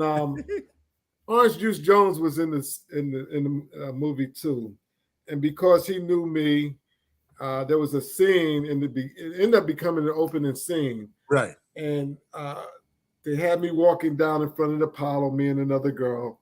And Orange Juice stopped me to try to sell me a watch. And we were having dialogue, but I got mush mouth. I saw that camera, and all I thought about was the million of people that would be seeing me, and I could not speak. So after second take, they just said, forget it, and went on. But again, I take my hat off to anybody that's an actor. Shit, sitting there waiting for the scene for damn near 8-10 hours. I couldn't do that either. Yeah, I've done 50 drag. Hey, John, thanks for the love, man, from the Sprite commercials, the AT&T commercials, BET. Thank you for the acknowledgement, John. I appreciate it. Now you also, man, You was with Fiddler. Ooh. Yes, Lou Gossett. And you know who that lady is, right? No. You don't know who she is? She's familiar. She was in a famous movie called Superfly. That's Sheila Frazier. She played Priestess Girl. Oh, okay. Remember the bathroom scene and everything? There was a picture. Did you have? Oh, yeah. I remember that scene. That was Sheila Frazier. She was from Inglewood, New Jersey. Okay. Yeah, I remember that scene. And you got Fiddler. And I saw a picture of, and I couldn't find it when I went looking for it again. Ben Vereen. Ben Vereen, yeah. I met Ben Vereen a few times in New York, but I happened to be at an event that my cousin, she's an actress, she took me to, and it happened to be Glenn Thurman, who was actually the first actor I ever booked for an event. So It was kind of a bittersweet reconnection with Ben, with Glenn, I should say, because I hadn't seen him since and you know, of course, he didn't remember me, but he remembered the show that I booked. So the fact that you had pictures with Chicken George and and Fiddler, that's going on a lot of people's heads right now. No, if you don't, I like Lou. Lou is another guy that likes to talk, and he's very friendly and outgoing. So you know him and Pam Grier is one of my favorite. I've heard every Richard Pryor story and many more. Wow. But she is somebody I adore a lot too. Now, so you got O-Dog or Councilman? That's another one of my good people. It's like is this the councilman from Power? Yes. Well, him and his brother right there. His brother and I formed a real close relationship. We've been on vacation together. We've been around the block. So, Renz is also a good client and a good friend too. That's what's up. I know the whole family. All right, now we're gonna have some fun. You got a lot of my photos. Oh my goodness. No. We about to really have some fun. I like that. I'm already having fun. Hold on. No. We're gonna do it right now. For the folks just checking us out, this is Shooting the Breeze Conversation with the DJ. Feel free to hit us up in the comments section. We will shout you out. I guess you can see that. We will shout you out. Mm-hmm. Share, and more share. and more share. Okay. All right. Okay. The boss. Yes. Diana Ross. That was a great photo of us together. We look like a couple. I think that's the biggest smile I've seen on you from all the pictures, Mark. You are teasing there. Wow. Oh yeah. So how was it with hanging out with the boss? Well, you know, I gotta say some stories for the book. Okay. I talk about her, Etta James. Etta James. Etta James. There's a whole bunch of people I talk about that I work with, incidents, situations. I think when people read it, they're gonna really enjoy the stories and the order of how everything went and just all the different things that's happened during that time. Do you remember the Central Park performance when it rained, when Diana Ross was performing? Yes, of course. You remember that? Yes. What are your most vivid memories about that? I can't remember what happened yesterday. And you're going to write a book? Well, the book is already written. So okay. Gotcha. Yeah. Again, you know, without these photos, a lot of this stuff is kind of faded away, you know. Mm-hmm. This particular photo here, I had I was determined to meet Chris Tucker right there, and we were in Indiana, and he was big at the time. So I made my way backstage, and I told him I was running a theater in New Jersey, and talked to him about coming there. And Dave Chappelle showed up, so we took that photo. Chris and I exchanged numbers, and the next thing I know, Chris called me. He said, "Listen, man, I'm coming to New York, man, and I want to do that venue you were telling me about." I said, "Okay." And he said, "Well, I want to rent it out, but I don't want to advertise it." So I said, "Whatever. If you want to rent it out, no problem." So he rented the venue out for 2 days. Right. The first day, I was like, "Chris," I said, "we only sold like 500 seats, and it was a 1,300 seat theater at Bergen Pack." And I said, you got to really advertise and let people know, because he didn't want me to advertise. He just wanted me to put it on the site, and that was it. Well, as soon as he went online, I mean, he was doing a TV show and he mentioned it. The thing sold out. So both of the shows sold out. He ended up making the bulk of the money because he rented the theater. We borrowed a friendship at the time, but I haven't seen him since. It's been a long time, but that was a great opportunity. A lot of times it's all about being in the right place in the right time, as you know. And he networks, because I just saw an interview with him, and they were asking him, who does he not know? Right. And they were just throwing names at him. And he's like, oh, yeah, that's my friend, or that's my boy. So I could just see by the conversation how he's been able to maintain all these relationships, because he's always networking. Got a question for you. Some of the things that we find when Lorenzo and I do this on a weekly basis is that there's stories that people have no idea that actually happened in the back end. For instance, we're talking to Parrish Johnson. He said, the Lauryn Hill album almost didn't happen. And then talking to AJ, he was like, Alicia Keys almost didn't happen. And Clive had to make the call into Oprah Winfrey to continue to move it forward. And talking to a couple of cats, and they were to say all of these records that were, or albums or artists that we revere almost didn't happen. Is there something in your past when you were on the record side that you was like, folks that will never know this almost didn't happen? Or what was some of the craziest things that you've seen in the industry that you can talk about? Well, one of the things that didn't happen, almost didn't happen, I was working for Prince, and it was 1998. And of course, 1999 was about to approach, and he wanted to, remake the record because the year 2000 was about to hit. And if you remember the record, 1999, it was talking about how the world was going to end in 2000. Yeah. So, one of the issues I had when I was working with him was that we couldn't do anything unless he okayed it.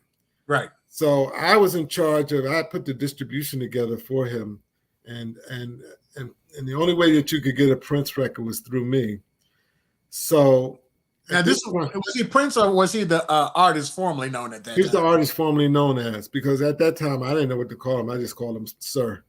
I was working with Larry Graham, and I said, Larry, what do you call him? He says, I call him baby brother. I said, well, I can't call him that. And I said, well, I'll just call him Sir. But he wanted to do this record, and the problem was when he finally finished the record, he decided to put, to remake it so that the money wouldn't come through Warner Brothers. He just remade the whole 1990. But by the time he gave me the record, it was February 2000. Mm-hmm. By then, the record had no meaning. Right. The build-up for 1999 to turn into 2000 was leading all the way up to December. We should have had the record out way before January. But the record came out in February, and it just fizzled out. The problem with that was that he waited too late to drop that record. Yeah. Well, I mean, in the words, of a prophet, Prince, sometimes you need to know when to hold them, know when to fold them, know when to walk away. Yeah. Know when to run.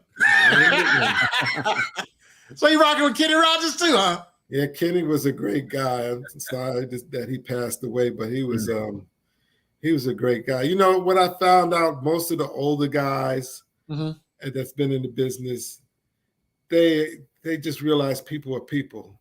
They don't treat you any different. I'll never forget, I was working with Don Rickles, one of my favorite. And, when I was running the theater in Jersey, one of the things I would do is I would, after I meet the person at the door and take them to their dressing room, I would go back to pay them. So I went to go pay Don Rickles, and his manager said, oh, Mark, he's busy right now. I'll come back. I said, okay. So I was walking down the stairs, and I heard Don say, hey, I want to meet the guy who brought me here, Mark Green. I want to meet him. So the manager said, Mark, come on up. So I come back up. I sit in the room for about 15, 20 minutes talking to Don, laughing my ass off, having a good time. We take a photo, and we go down. So Don gets on stage, and he starts talking about the show. And the first thing he says, I met the guy who brought me here, Mark Green. If I knew he was black, I wouldn't have come. Oh, Don was funny. Don was funny. We went out to dinner after that, and we had a ball. He ranked on the Latinos that were serving the food. We had such a great time. And again, it's these older guys. They just, they've been in the business so long. It's not about ego to them. It's just about people. Mm-hmm. And that's one thing I loved about Dennis. I talked to Dennis. I asked him many stories about the Temptations, because I was, my fantasy was just like coming up in that era of the 70s and all the great people that I used to listen to. And Dennis was always my favorite temptation. When I was a kid, just trying to sing like Dennis and dance like Dennis. So for me to work with him was just an honor. Even more so than David Ruffin?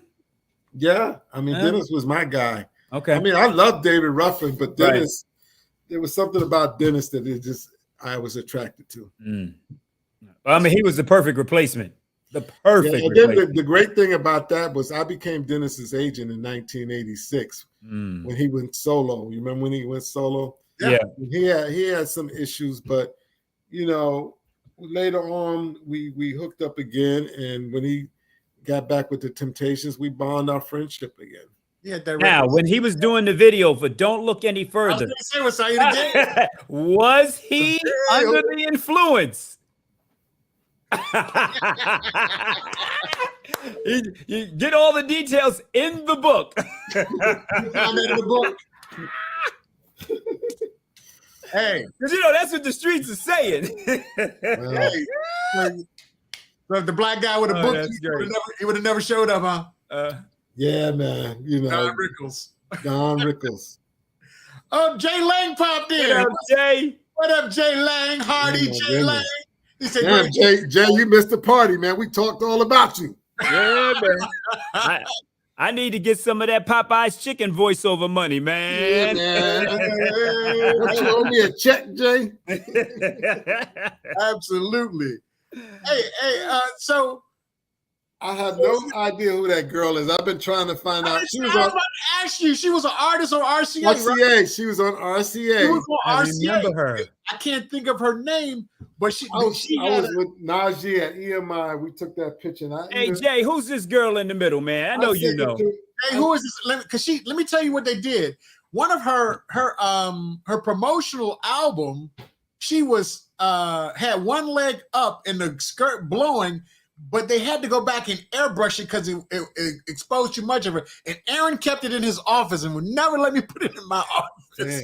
I remember that because Leroy was working. That was Vita Nash's girl. Yeah, Vita Nash was working that project. I got to contact her and find out who that girl is because I asked Najee. He didn't know either. Oh, God. I thought you were. I was like, gosh, when I saw the picture of her, I was Jerry like, Carter, come on, help us out, Jerry. You still on here, Jerry? She had a hit. I mean, she really had a hit. I remember her face, though. She had a real hit. So I can't think of her name. Look, and Jay said, I can't remember either. I got to find. I bet you Aaron got that damn picture somewhere.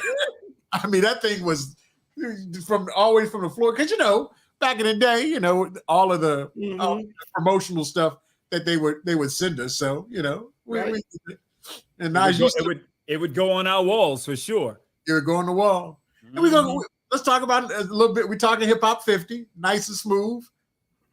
Nice and smooth. Look at that Fever T-shirt. That's the legendary in my life. Oh man, I need that. Speaking of a legend that they say is actually he is going on his very last concert tour this year, and I'm gonna make sure I see it because my boys from VA, we down with George like 4 flat tires, the king of funk. Did y'all make him a Q? Yes, we did.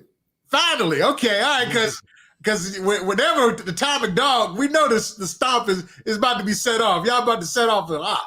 Well, so the funny thing with George is him and Ben Crump are good friends now. Okay. So Ben lets him use his private plane when he has to go places. All right. They both of them live in Tampa. Okay. Yeah. That's what's up. Oh, George. So for anybody trying to get into the business right now, what type of or do you have any advice for cats that are trying to get into the business? You know, the funny thing is I've had many interns, I've had people work for me. The real key to this, if you don't have passion for this business, it's not going to work. Right. You got to be passionate about and wanting to do. You know, I try to teach people and tell people, you know, even people that I see have a little bit of interest, I try to give them the guideline, but especially the young kids, they have no idea, no clue, and they're not interested in following directions or taking leads from veterans or people that know. Or they know more than we do, huh? That's right. They know more than we do, and it's a shame because, you know, I'd look for that. When I got into business, I'd look for the people that were in the business, and I looked around and was like, well, what happened to this guy? Why is this guy still in the business? How come this guy is doing this? And I was able to observe, and what I did was I always reinvented myself. Anything that had to do with the industry, I learned it. Every year I would go out, I learned a different trade, I learned something to help, you know, uplift or help motivate or help even establish a better situation for myself. I went to pay my way through venue management school. I paid my way to get this certificate in the business and that certificate in the business because I'm passionate about what I do. Right. So all I can say, if you're passionate, you're going to do everything it is to succeed in this business. Now, as a part of your agency, I take it these gentlemen, ladies, don't be asking Mark's information for this, but we're gonna put it out there. But you got Tay Diggs, Kenny Lattimore, Shamar Moore, all in party. They part of your agency too, man. You booking these? Yeah, we all work together. Everybody there's one of my clients. Oh, here come the ladies. Yeah. Oh man, so that's what's up. That's what's up. So, so is there anything that you regret about the business, man? There's a few things, I regret about a couple of opportunities that passed my way that I didn't take advantage of. One of them was, I was so loyal to M.I.A, and I remember when Doug Daniels offered me a job at Arista, I didn't take it, and I ended up staying in that company, M.I.A. We didn't really have any artists and no really hits, Right. I mean, that was a missed opportunity. There was quite a few, but you learn from your experience, you learn from your mistakes, and you just keep it moving. You can't look back on what would have happened. You just take what you missed and learn from it. That's what's up. Now, for folks that are wanting to get into business, you said it's got to be passion. At the same time, how much time when does it get to the point where you look at the business and say, is this really working for me? Or is it really not working for me? I mean, for me, again, I've been blessed to be able to still do what I've been doing. I mean, this has always been my dream from the time I was 11 or 12 years old. I never thought about doing anything else. There was a downtime in my period of my life when I got let go at EMI and didn't have a job. There was another time when I was out of work for 3 years, and even though I still had my company, I couldn't afford to work at my own company because the money I was bringing in, I'm doing sales. I don't know how much I was going to make sales, right. So I took the advantage of Obama's unemployment, which was for 2 years. Mm-hmm. And it gave me an opportunity to really dig deep into my life and the things I've done and how I can move forward. So again, it's all about just reinventing yourself. If it's something you want to do, don't give up, just reinvent yourself. Sometimes you got to sacrifice. Right. I mean, I talk about a lot of sacrifices in my book, shit that I talk about that, you'd be like, damn, you did that. And I was like, yeah, bro. I didn't want to lose my house. I had to do what I got to do. Right. It's funny because Lorenzo and I, we joke about when we were doing AM radio in the beginning, we wanted to be, we wanted to be in radio. And on Friday on payday, first one get to the bank, one get their check cashed. Because if you're the fourth one, it might not work. Right. And Mark, I was the boss. He was the boss. I was the boss. I hired Eric. I'd be like, yo, Eric, you better go down. Yo, let's go to the bank. You better go down. It's real talk. I said, yo, let's get there as soon as possible. Make sure we get that check. Well, Lorenzo, and Eric, this game is a young man's game. It's like, it's like musical chairs. Once you lose your chair, chances are you may not get back in, but you got to find another way to get in. Right. I know, you've been very popular on the radio. You've been in Miami, you've been in New York, T. And as you know, sometimes it doesn't matter how good you think you are, how good other people think you are. When that person, your boss decides he wants to let you go, it don't matter. Right. You're out of there. So you cannot. One thing I used to do is I used to be so angry and focus on getting back, and I gotta get revenge. But you gotta let that shit go, because at the end of the day, I've been there, dog. Trust me. I've been there. I've been there because we have all the people. Look at the people. I still got that picture of you with Obama. I was like, damn, he was with Obama. That's right there. That's better than all my photos. And we think about, you look at all the people you work with, Lorenz and Eric, and all the people you come across, you be like, and one day you lose your job and you're like, but look at me, I'm the man. I've been with this person, I know this person. It doesn't matter. At the end of the day, when they want to get rid of you, there's nothing you can do. All you can do is continue working on your craft and finding the next way in. It may be at a smaller entry level. You might have to take a cut back. You may not start as the anchor person for that radio station. You might have to do overnights, but whatever it is, you get in as you fit in, You work your way up. Yeah. And I've been there, I was out for a few years myself, as everyone knows, and now I'm on 2 stations. Well, I don't want to say that, but I'm on in Orlando and I'm on in Miami as well. Right. So, there's a blessing. And then it gives me the flexibility to do the acting now, So it is a blessing. So you just got to recognize it, keep your head down. And, if it's something that you're passionate about and you really want to do it, it's never too late. It's never too late. Never too late. Yep, never too late. Well, we're gonna share one more picture. I was gonna save it for last. Okay. Thank you, Mark. I appreciate those words. Thank you, man. Yes. I'm a little jelly. You talked about it already. Man, every black man's dream in the 70s. Pam Grier. Oh, it happens. Oh. Well, the funny thing is, I got a call and somebody was like, can you give me Pam Grier? And the first thing I thought about was Kevin Evans.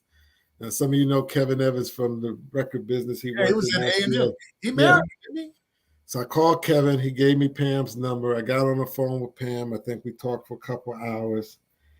And from that point on, we just bonded. And it's been a blessing. I can't thank Pam enough. We just recently did this premiere, and she brought me in there and she introduced me to all the movie people, all the people that were with her. She says, this guy right here, you guys need to know him. You need to work with him. He's this, he's that. He can do this for you. She just co-signed me and gave me such an uplift and such favor for what I do that I really was like, wow, And Pam texts me, like I get texts and calls from her all the time. We text, sometimes I may get 2 or 3 texts in a day from her. Right. But have you gone out to the farm yet? No, I've been offered, but she moved from Denver to New Mexico now. She just moved. Oh, okay. But okay. We talked about, Pam is so smart and intelligent. She knows everything about everything. And this woman, I mean, she is just unbelievable. I can't say enough about her. She's just incredible to work with. She has stories. She has history. She's got knowledge of this business. I got up the first time we were to hook up. She asked me to be her date at the roast for Quentin Tarantino. So I went to the roast, but she didn't show up. And I was like, damn. So while I was there, I met Samuel Jackson. I met Rosario Dotson and her and I took a photo and we talked, and I was like, "Yeah, I'm Pam's date," so that kind of opened the door for me with everybody. But again, who are you again?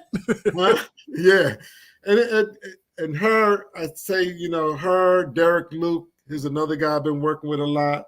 Lynn Whitfield, and Lorenz Tate. Those are like my favorites because we bond not only a working relationship but a friendship. And all those people that you just mentioned have been working. Yes, Derek Luke. I didn't know who he was when I met him. Yeah, and we talked, and I think I made Derek a lot of money over the last couple of years, and our friendship has gotten stronger. Derek and I, we've been to Barbados, Cayman Islands. Where else? We've been all over the place, him and I. So recently I just had him speak at the college at Lehman College. He spoke to the students. There's so many places we've been together, but when you find somebody who's genuine and just not just about the ego, well, I'm a movie star or I'm this big hip hop artist, and they real people, you just enjoy being with them. So is this the roast right here with Sam? Yeah, that was at the roast. Yeah. Hey, man. Yeah. Hey, man. Hey, man. Yeah. Hey, man. Oh, man. Did you have a chance to talk to Terrence at all?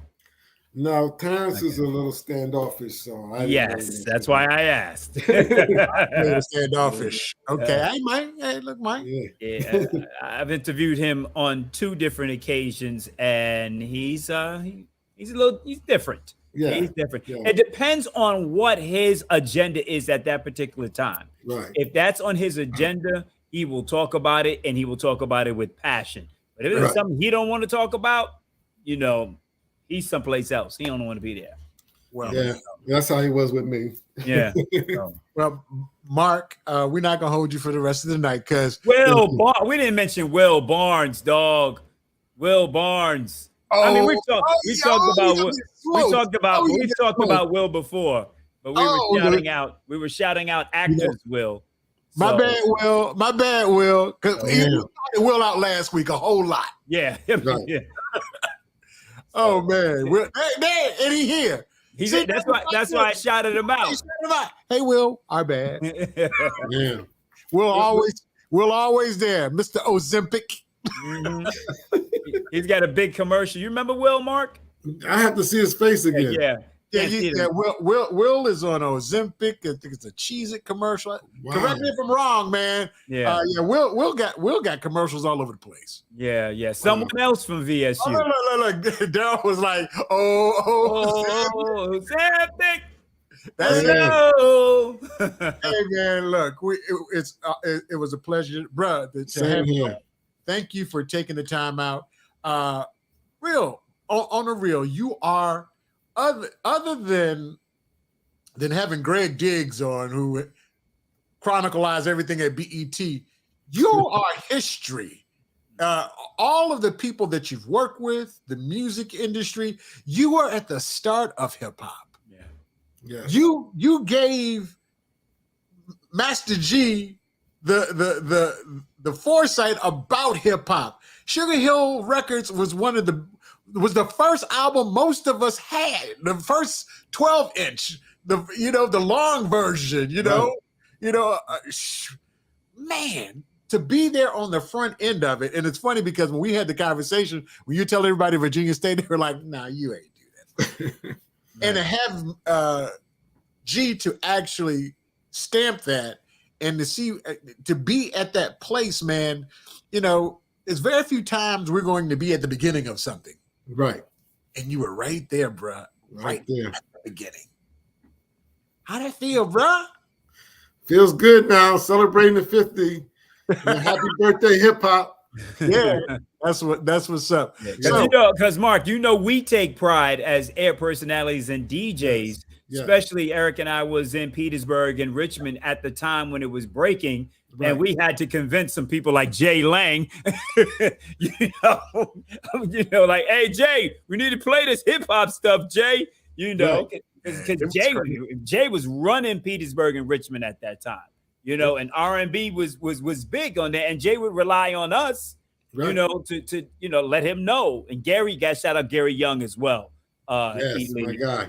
Gary Young as well, for giving us the opportunity to be able to be on radio. And they would surround themselves with people that may have had more knowledge of the music that was coming from the streets, and would give us the freedom to be able to play a Hawaiian Sophie. You know what I'm saying? That particular record. So we take great pride in it as well. So we appreciate you, man. And thank you so much for coming on tonight. Yeah, man. Thank you, man. Thank you for letting me tell my story. I appreciate you guys. Oh, absolutely, brother.